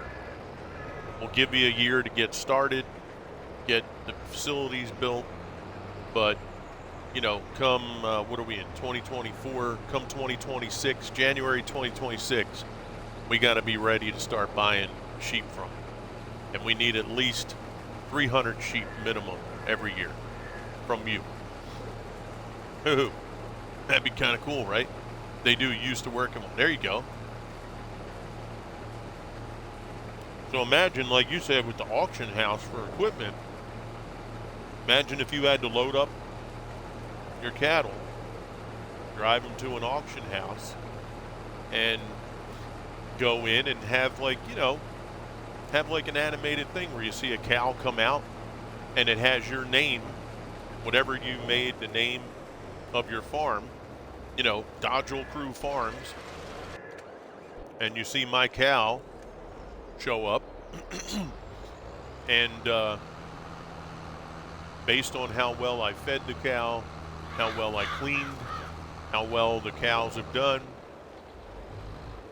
next thing you know, you see numbers start popping up, and you see your cow, and all of a sudden, boom, sold, X amount per cow. That'd be pretty fly, man. And based on how well you fed them, like if you didn't feed them enough or the proper food, or maybe your mixture was off or something, you would then, suffer a little bit, maybe.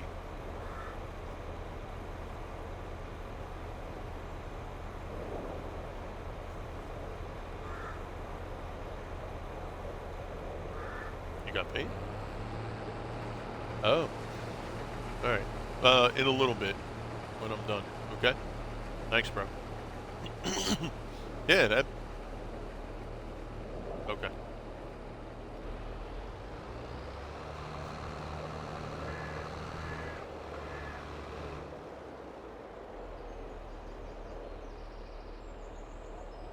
Yeah, have to meet a quota. Oh my God, bro. We got some brainstorming going on, CJ. I don't know. Think we need a phone call from Giant Software.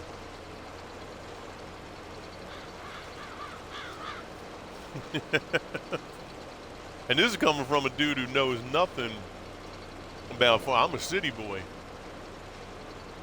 I'm sure you get with some real farmers, you can come up with some cool concepts. Or people that have worked, like you've worked in the farming side of things, right? I'm sure if you get folks like you, real farmers, and the people that can make the stuff in the game, man, you could knock out quite a few things. And again, it wouldn't have to be right out the gate day one, right? 3 months from now, or 3 months from November's launch, you have some new stuff come out. And don't have it be a buyable DLC. You pay the price, just let it run into the game. You don't need all that.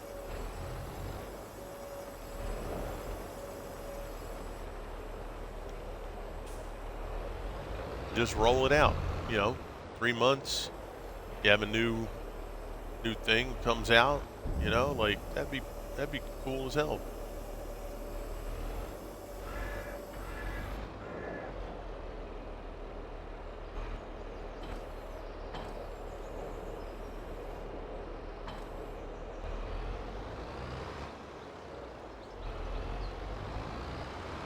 All right, we need our cultivator.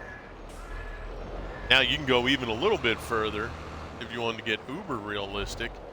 Imagine because from what I gather, in watching some videos with real farmers, winter time for some, right? They do maintenance on their vehicles and their equipment. Imagine if you had the ability to bring a vehicle, let's say you just take our tractor here, bring it in, get it on a lift, and it looks similar to Car Mechanic Simulator, where it'll show you parts that need to be replaced. You can go and order the parts and have them delivered if you want, or you can go to the local store, pick up the parts, and, do that. Or if it's just maintenance like oil change, rotating the tires, or whatever it might be. That's another little step further, right? Someone who's pre-ordered the collector's edition PC just because I love the game. Console players getting screwed out of the gold CR. Oh yeah.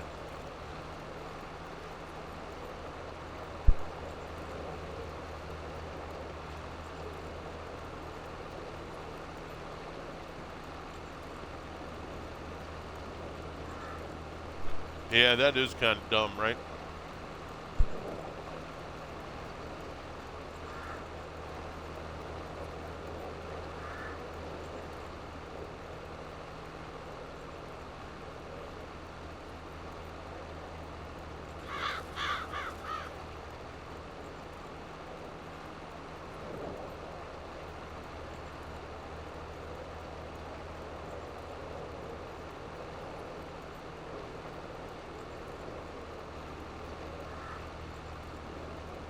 Yeah, like if we know, if we know you're putting the time and effort into doing that higher end look and feel, then we don't mind as players. Like I don't expect you to get all that stuff done and together in a month. It might take you 3-4 months, right? And then send it out.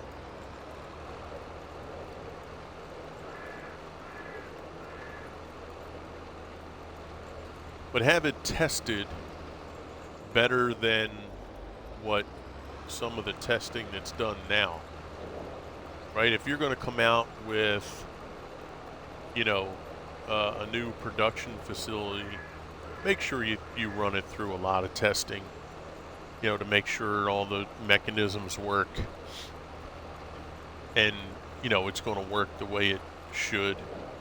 Even for the base standard stuff in a game, when I get a plow, run that through a test where I plow a field, it goes all the way to the field, stops, and that field part is plowed. It turns, it rotates, puts the plow down, and then that starts. There's no missed spots. I don't want to, I'll give you an example. I don't want to go to my map view here and see, these. Now this was a miss by me, but those little lines you get that go across when you hire a worker because the worker didn't, when they picked up and then started the new row, there was a little piece that was missed. Make sure the testing's done on that before it comes out. Run it through multiple maps, right? Make sure it works properly, that it works with a worker, so people, when they hire a worker, they don't have to worry about it. Little things like that, they'll go a long way.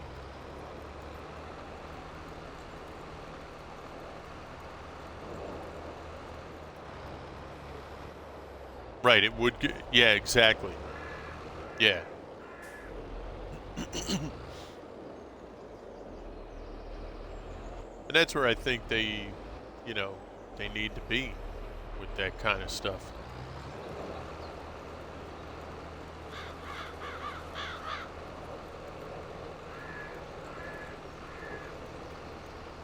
Have us be able to put money in the game and out of the game without the government subsidy.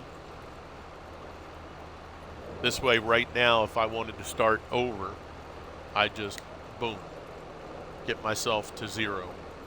This way I can keep track of money as it's going, right? Give me a better spreadsheet to know where I've made money, where I've profited, right? Have like an Excel spreadsheet in one of the options where it shows my cost on feed, if I purchase feed, how much I made, what my profit was.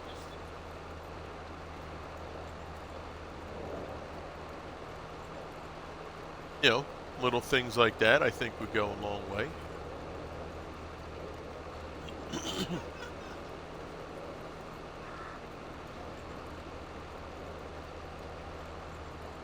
Yeah, monetization would be, yeah, of course. Yeah, that's true. Yeah, you definitely don't want monetization.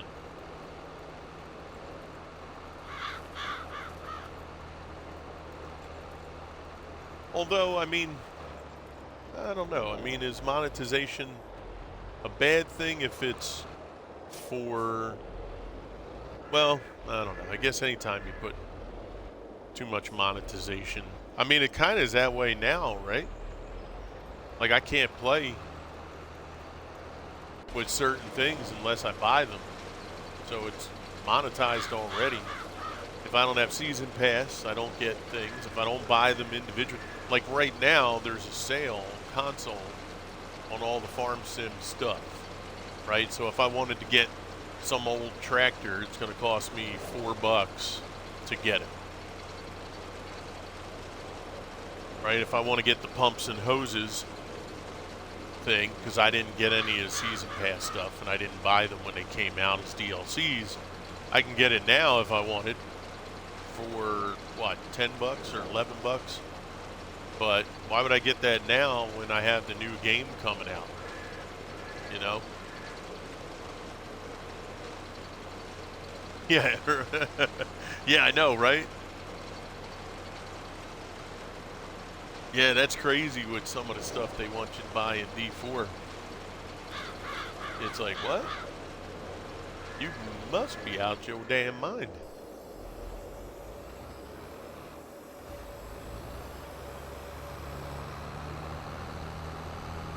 And that's where I thought, you know, if they did a little bit more with the Giants partnership,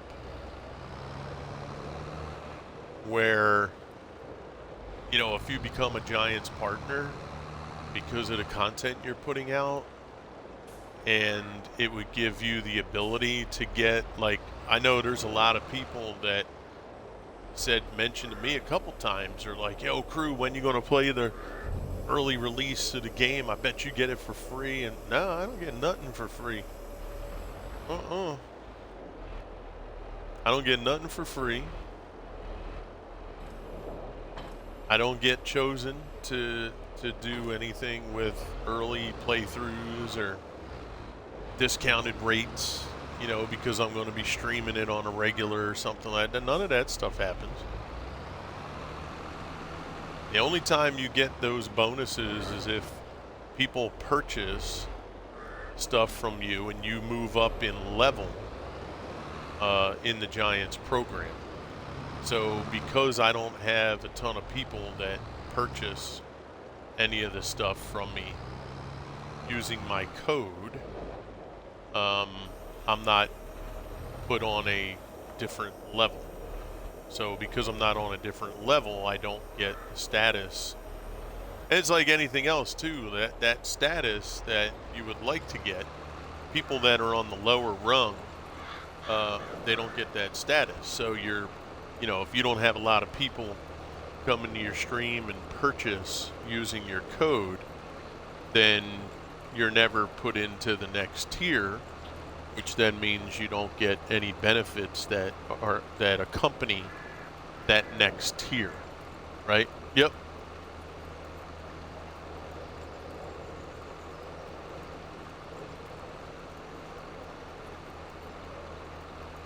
Yeah, the season pass, right? Yeah, and that's in almost all the games now, right? You get the battle passes. You know, you get those sorts of things. That's been pretty cookie cutter for a lot of games now.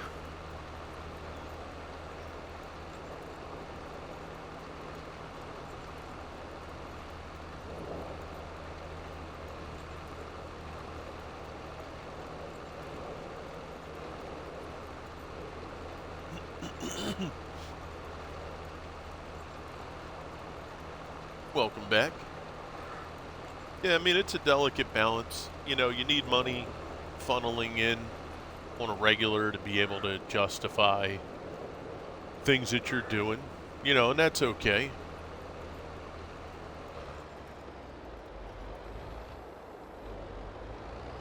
Hey, CJ, imagine if they had something within within the game itself, where, remember when you would play like, what was it, Farmville?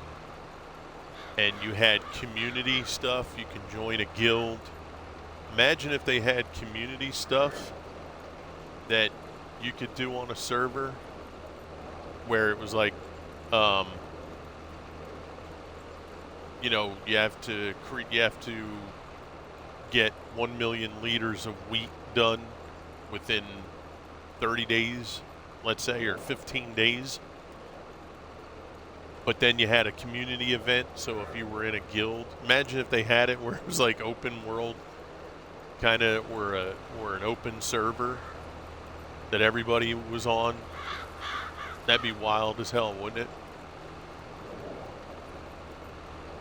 Yeah, so imagine like when you play games like New World, where you're on a server and you do your thing on that server, but there's maybe, you know, 400 people that are also on that server. Imagine if they had stuff like that where you then have like a farm guild that you can create, and then you can work with other farmers.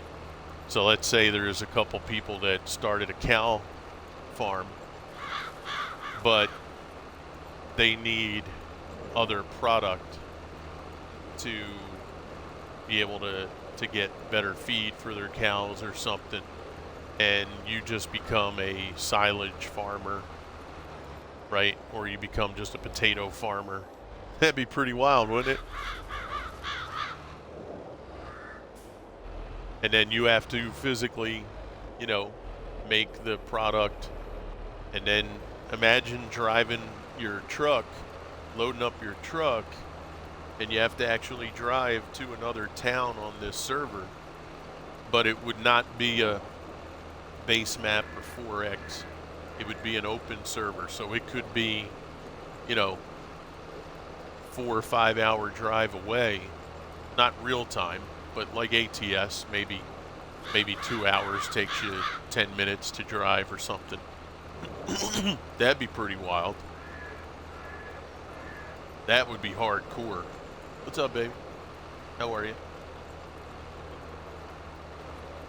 Love you. Yeah, that'd be hardcore as hell, wouldn't it? But I digress. We're talking extreme sport. This is esports now. E-farm. That would be extreme farming. And everybody that joins the server, you get, you know, like a 1960 80 horsepower, 60 horsepower tractor. That's it. You get and maybe a chainsaw or something, or a pickup truck, right? You have to start. That's the way you start. Can't mod in any money. Got to make it all your own.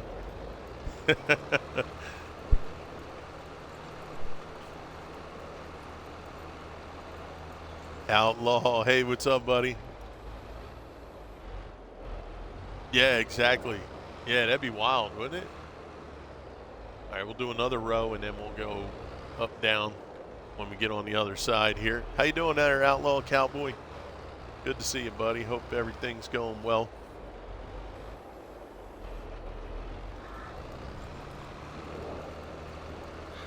All right, we're at 155,000. Let's see where we are production-wise. Do we need... No, we don't need to add nothing. Okay, we're still full. Got good straw. Got 40,000 liters used.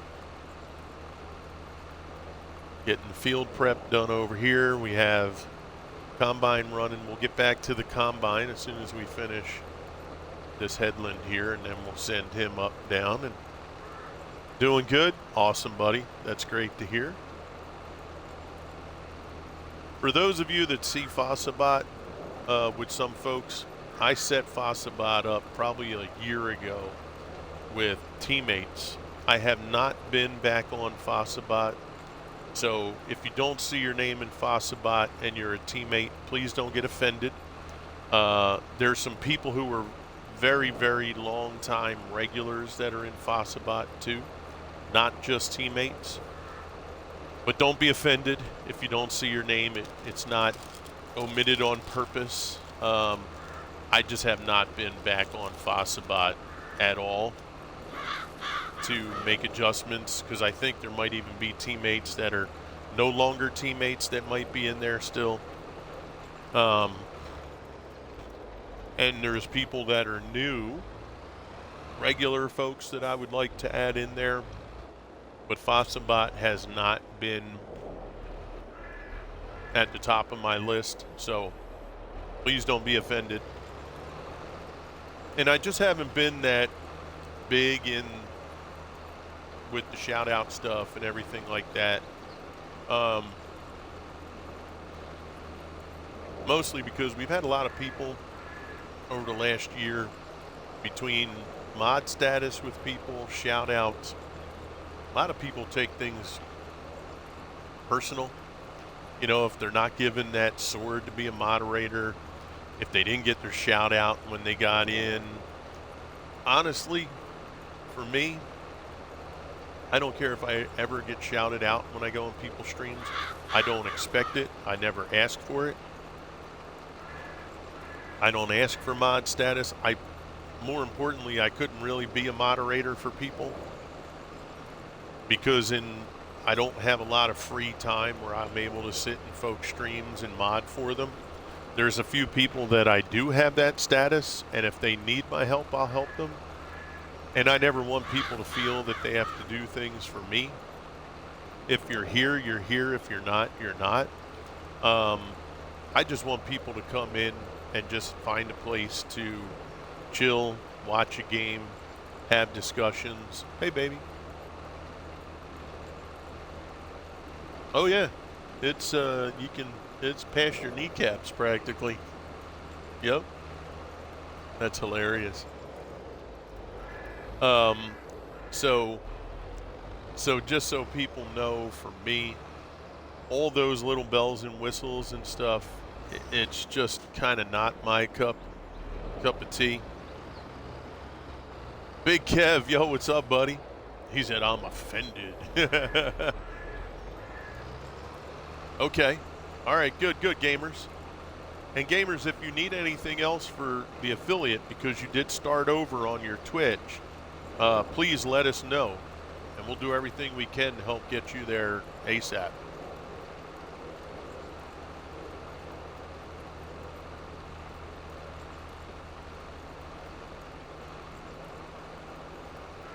Yeah, CJ, right. Need 500,000 liters of silage for his 200. Yep, that'd be awesome. Right.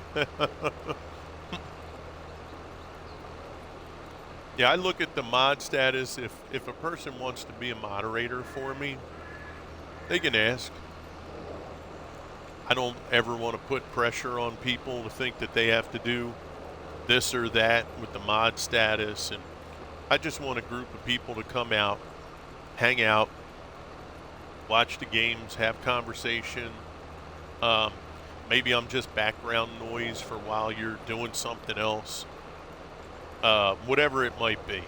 You want to come in and just lurk and just chill and do your thing. Maybe you're cooking, maybe you're working in the shop, maybe you're, I don't know, maybe you're a whittler and you're whittling some wood and you just have something in the background, right? That's all that matters. All those other things, you know, I don't begrudge anybody to do that stuff. If you want all kind of fancy things and you're that hype kind of person, then do it. My personality, though, is I just want us to sit, chit-chat, hang out, play a game. If we play the game together, we play it together. If we're just playing by ourselves and you're here watching and hanging out, that's all that matters to me.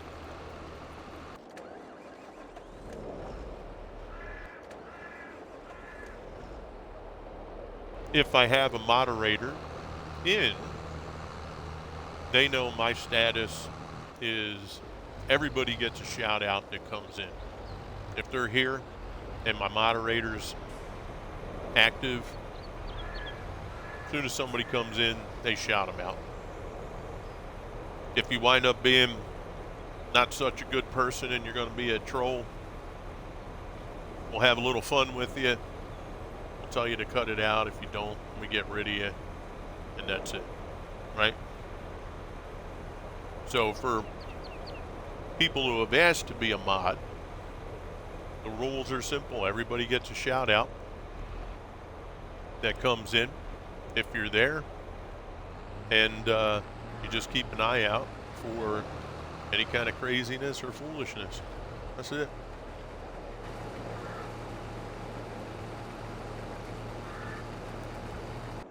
But I have no expectation that people are going to be there every minute that I'm on.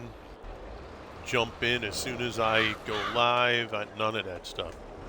You ask anybody who's modded for me, I've never messaged anybody like, hey, I'm on, where you at?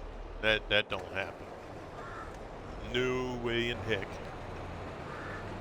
You got lives, you have things that you're doing, and you have your own time. And I don't even expect when I see them come in and I know they're a moderator, I don't even expect, oh, you're here. I need you to do this, this, this, and this. That's not going to happen here. You got things to do. You might have just got home from a 10, 11-hour workday.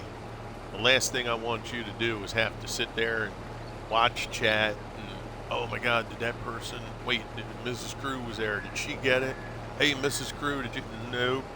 Come in, sit back, open a can of beer, a soda, sweet tea, put your feet up, you know, whatever. You got a vibrating chair and you just want to sit back and just, all right, crew, I need that voice to put me in a slumber so I can relax. Right? Whatever. I don't care. Dark Orochi is in the house. What's up, buddy? You did by letting me home with the Crusaders. You hit affiliate this morning. Oh, great, gamers. Sorry. That's awesome.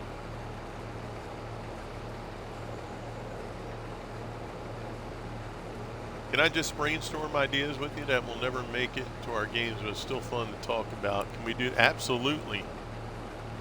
We can brainstorm anytime.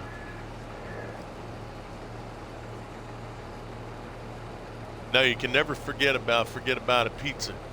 Well, that's what I'm saying. You know, if I can become a very, very minor success between Twitch, Kick, and YouTube, and get to a stage where even for, not for me, but for my kids and my family, if we were able to open up one small little pizza joint that we talked about, right, in our hometown, we'll call it Forget About It Pizza, and we would, you know, we would have Twitch running live streams in the facility all day, right? We'd have a screen with different Twitch, maybe put like 5 or 6 screens up there, and we'd have different Twitch friends running, right? And we would just do what we talked about, what was it, about 2 years ago now, right, Cowboy, I think, that we started talking about that. Hey, Jaffa, what's up, my brother? Dude, you should do podcasts with your wisdom. I can listen to it all day. Oh, that'd be awesome, wouldn't it? Yeah, if most of my troubles weren't asthma and, you know, breathing related, podcasts would be kind of fun. Yo, Mr. Crew. How you doing, boss man? I am doing brilliant, Mr. Jaffa.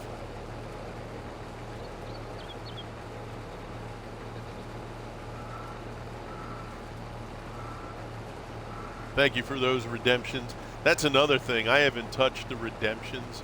You know, it's all that stuff, and I know there's people that they get those points, you know, that build up, and I know there's folks that'll do all kind of games, and it's just hard for me to do that stuff because it's just not my personality. I'm not a rah-rah kind of guy. I don't think of different things for you guys to do for redemptions. You know what I mean? It's just like, come on in, hang out. This is the man cave. Just come in, chill, hang out, relax, you know.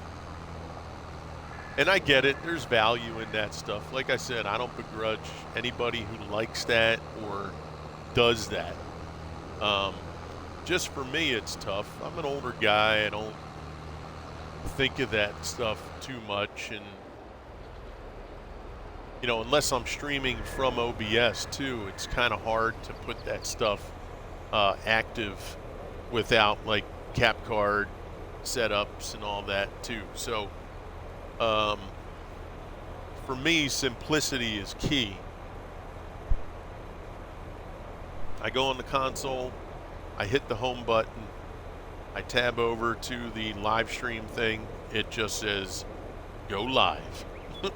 I click go live and nothing I have to worry about. I sit back, play the game, chit chat with you folks, and just have fun.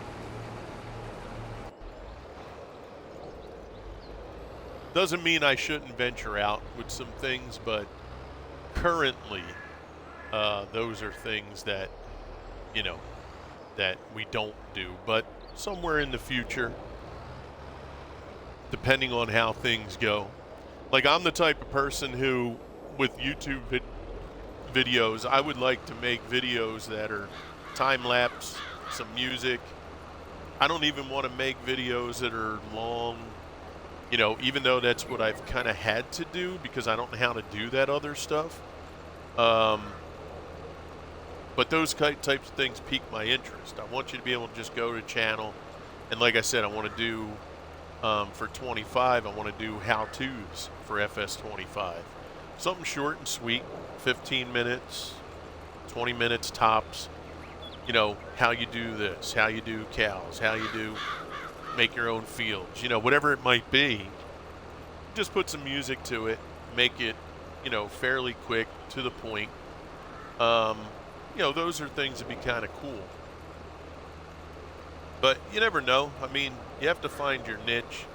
I still don't feel I've found mine yet. I still think there's a lot of avenues for me to explore. I am limited because time, that's why I think doing stuff live, doing scheduled stuff, that's very, very complicated for me.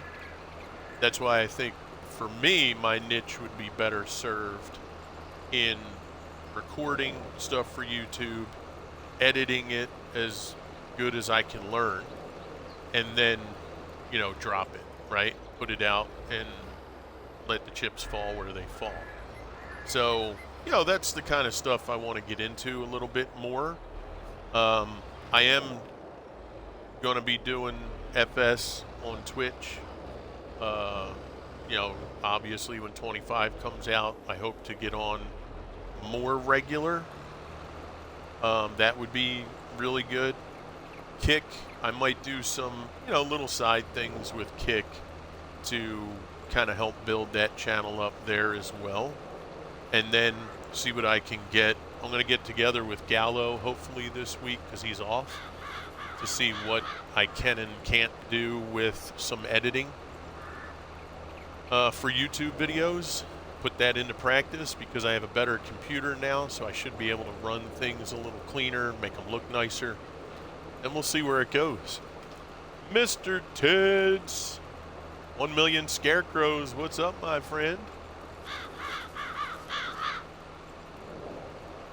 Mrs. Crew is doing well, Jaffa. Thank you for asking. I hope your missus is doing well, too. It clusters the stream up in my head. Oh, yeah, absolutely, CJ. Time to eat? Okay, Jaffa, sounds good. I think little news clips on Farm Sim and modders would be cool. Quick, to the point. Yeah.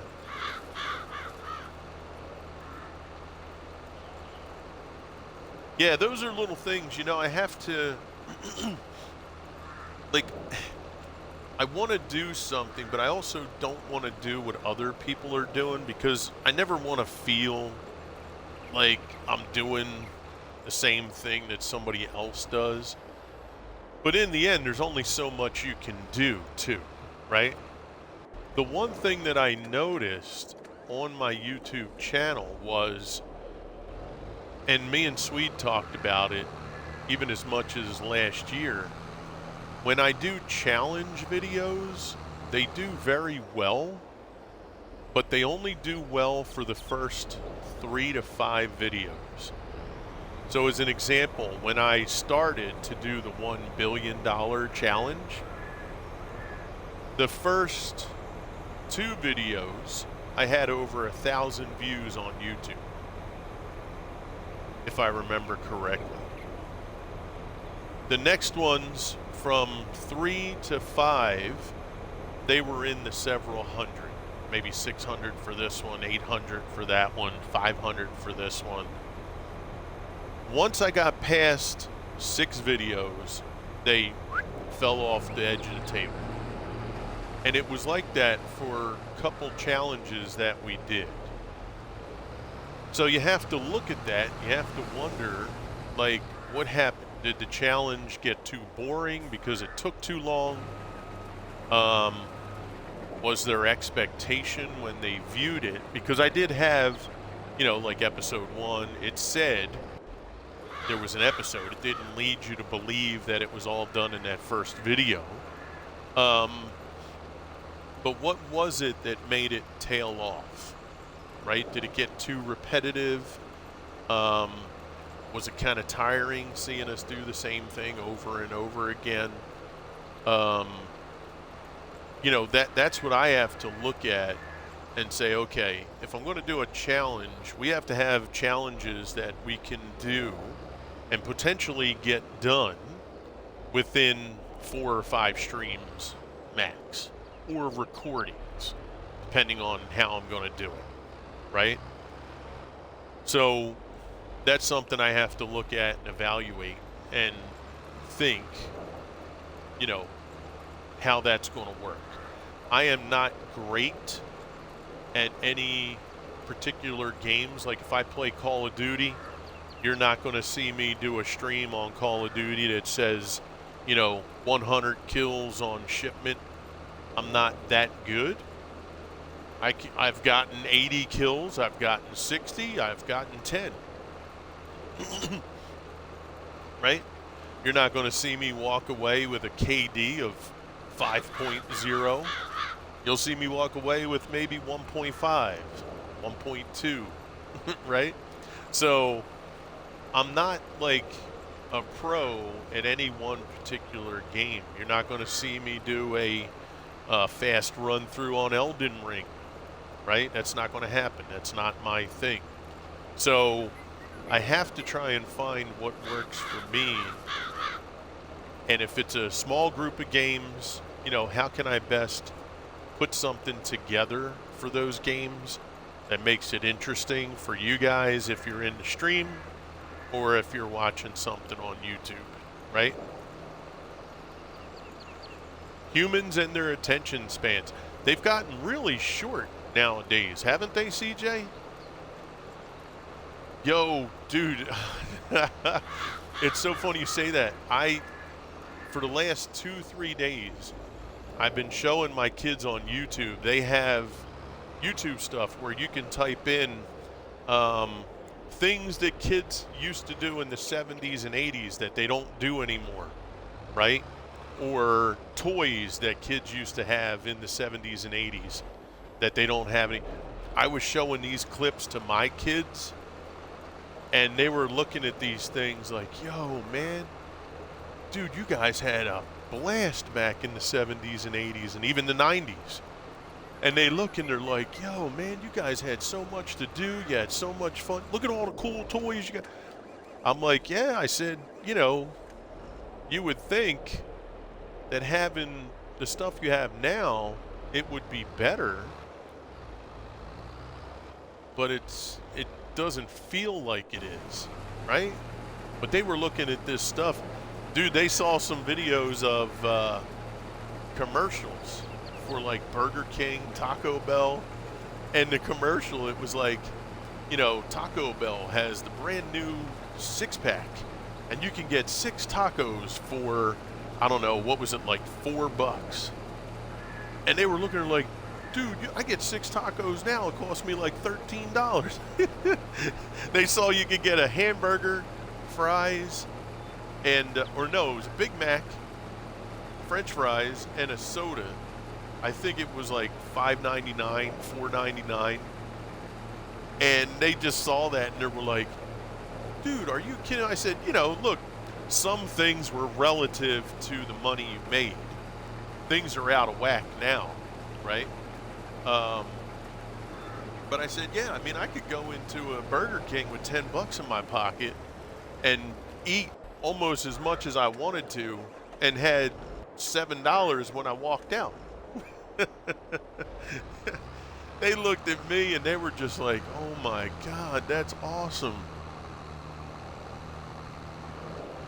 Now, they also saw the other stuff too, where, you know, a brand new computer back then, it cost you like $2,000. But you weren't making, I mean, for people that could save up to get a computer back in those days, woo, you were one lucky son of a gun.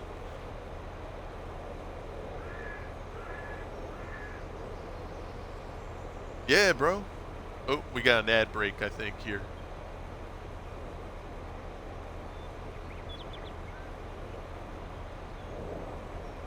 Now, again, for those of you that can hear me,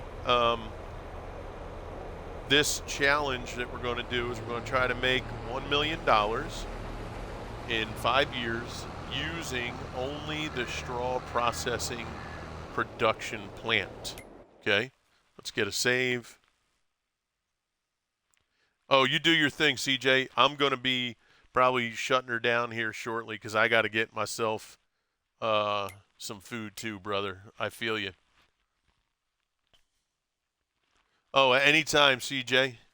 I appreciate you coming in. And for those of you that are in chat that are team members, remember, CJ Denny is a team member of ours on the Crusaders, Mr. Ted's, Gamers Asylum, Outlaw Cowboy. I wish there was something, and if anybody knows, is there a way that in Twitch, if I were to create like a Crusader, let's say I took the Crusader team logo, is there a way to get it? Oh, yep, hold on.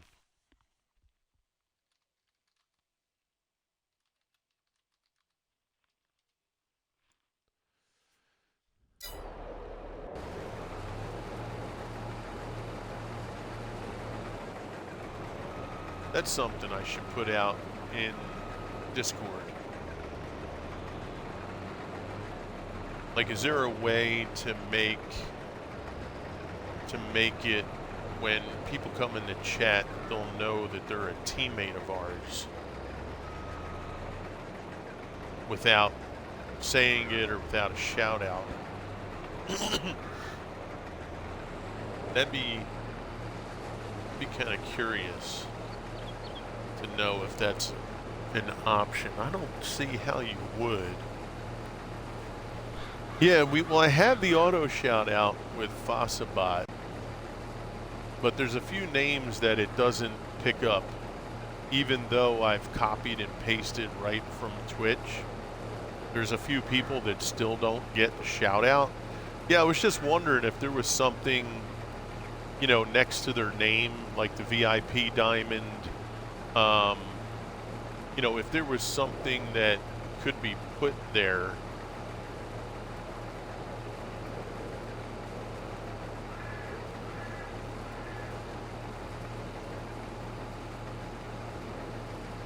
All right, CJ, I appreciate you, pal. You have a great rest of your day. No, I was saying, gamers, how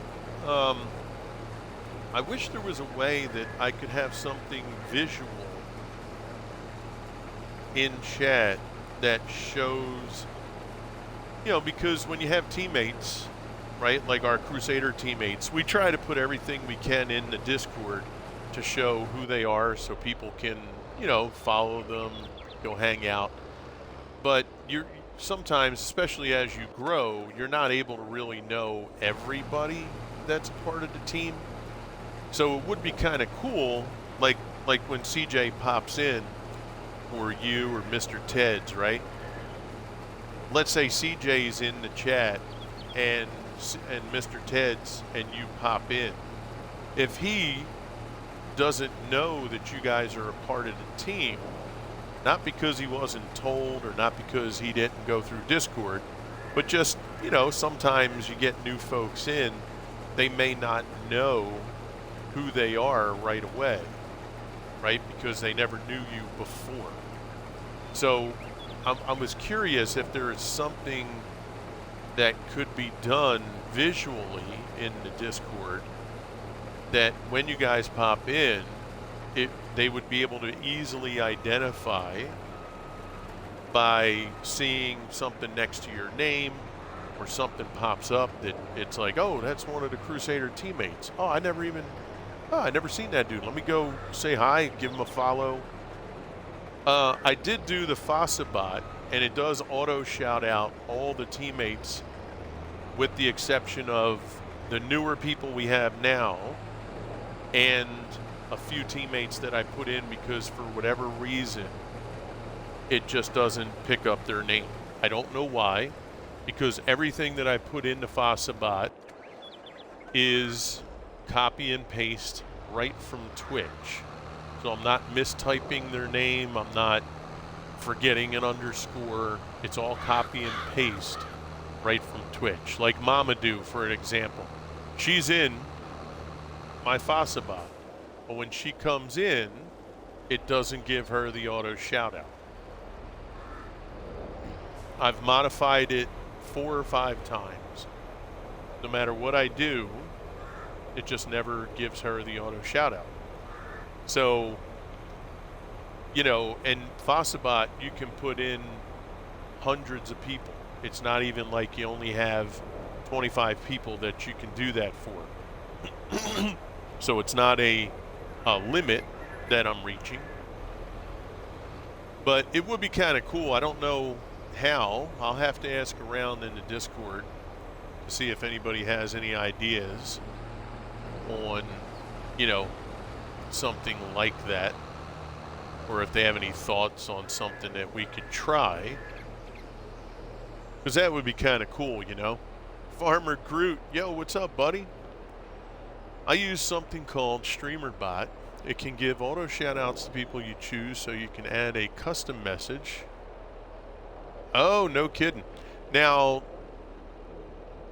is that something that has to run through like OBS or anything?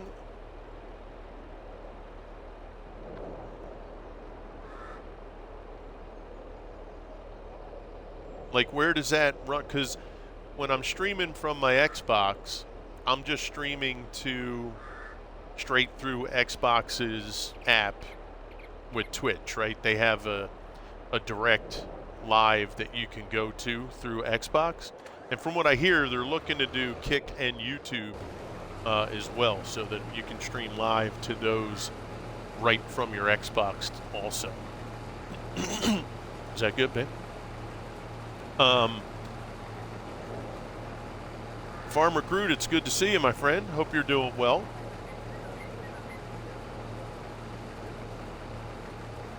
Yeah, like Stream Elements, right, runs on the PC. But I can set Stream Elements up in my roles in Twitch.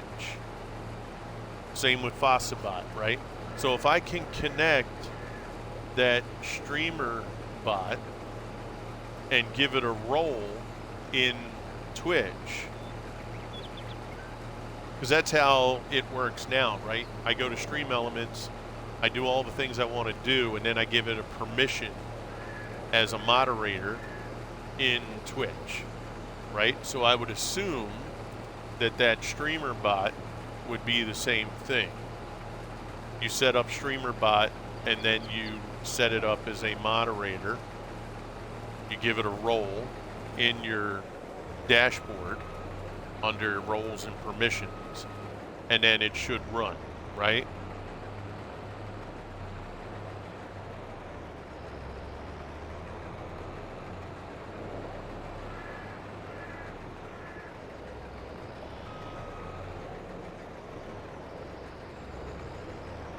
Now, I wonder if Stream Elements has that.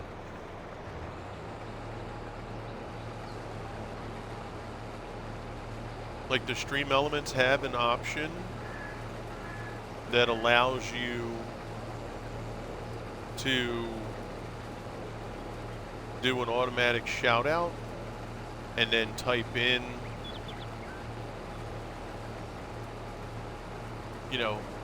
hey, this is our Crusader teammate.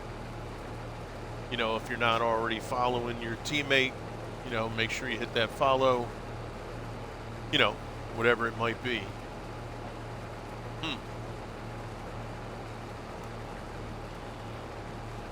Well, it's really good to see you guys, though. I'm so glad that you guys have come out. I know it's been a while.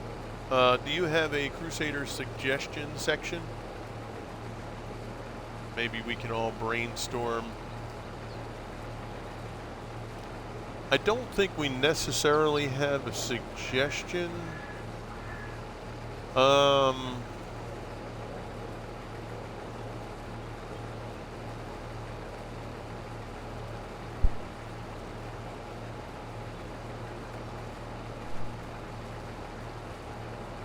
We do have a team memo section. So if you wanted to go to the team memo, there's actually some things in the text channel I can get rid of. Like Out of Order, we don't have a lot of conversation with Out of Order, Valheim. So I could probably look to see if we, have something that we could put together like that. But if you wanted to put something in the team memo, that'll go out to just the teammates.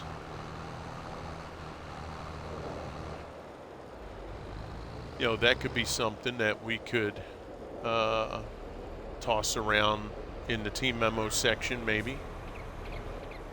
Whoops, hello. But yeah, so guys, I really, really do thank you for coming out today. I've had a blast. I look forward to trying to get out here a little more frequently because I miss you guys a ton.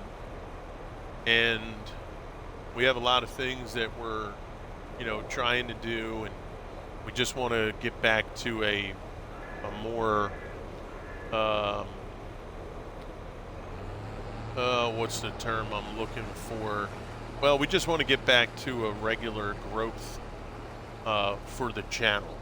And we've gotten away from it, just real life stuff. We had no choice. But I really do look forward to getting out here more, and hope to see you guys more, and just provide more content between here, Kick, and YouTube. So let's get ready to raid out. And what we're going to do is we're going to raid to somebody from SGA, Mr. Billy Alpaca.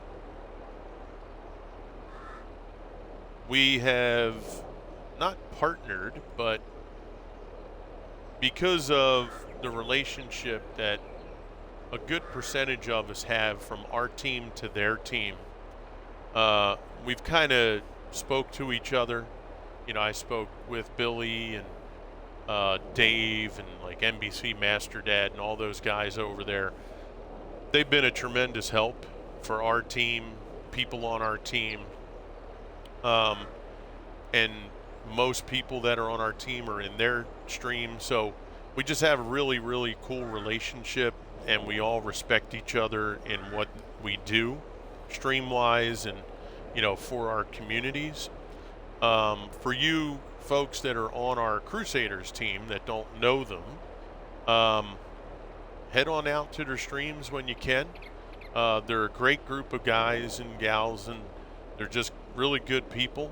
And we're going to get ready to raid out, okay? So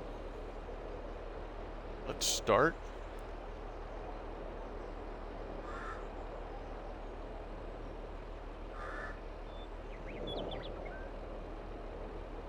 All right, guys, so again, thank you very much for coming out and hanging with me. I look forward to seeing you again real soon. And you guys be safe, have fun, enjoy your gaming, and as always, be blessed, be safe, keep on gaming, and we'll see you again on the other side. This is Crew, and I'm out.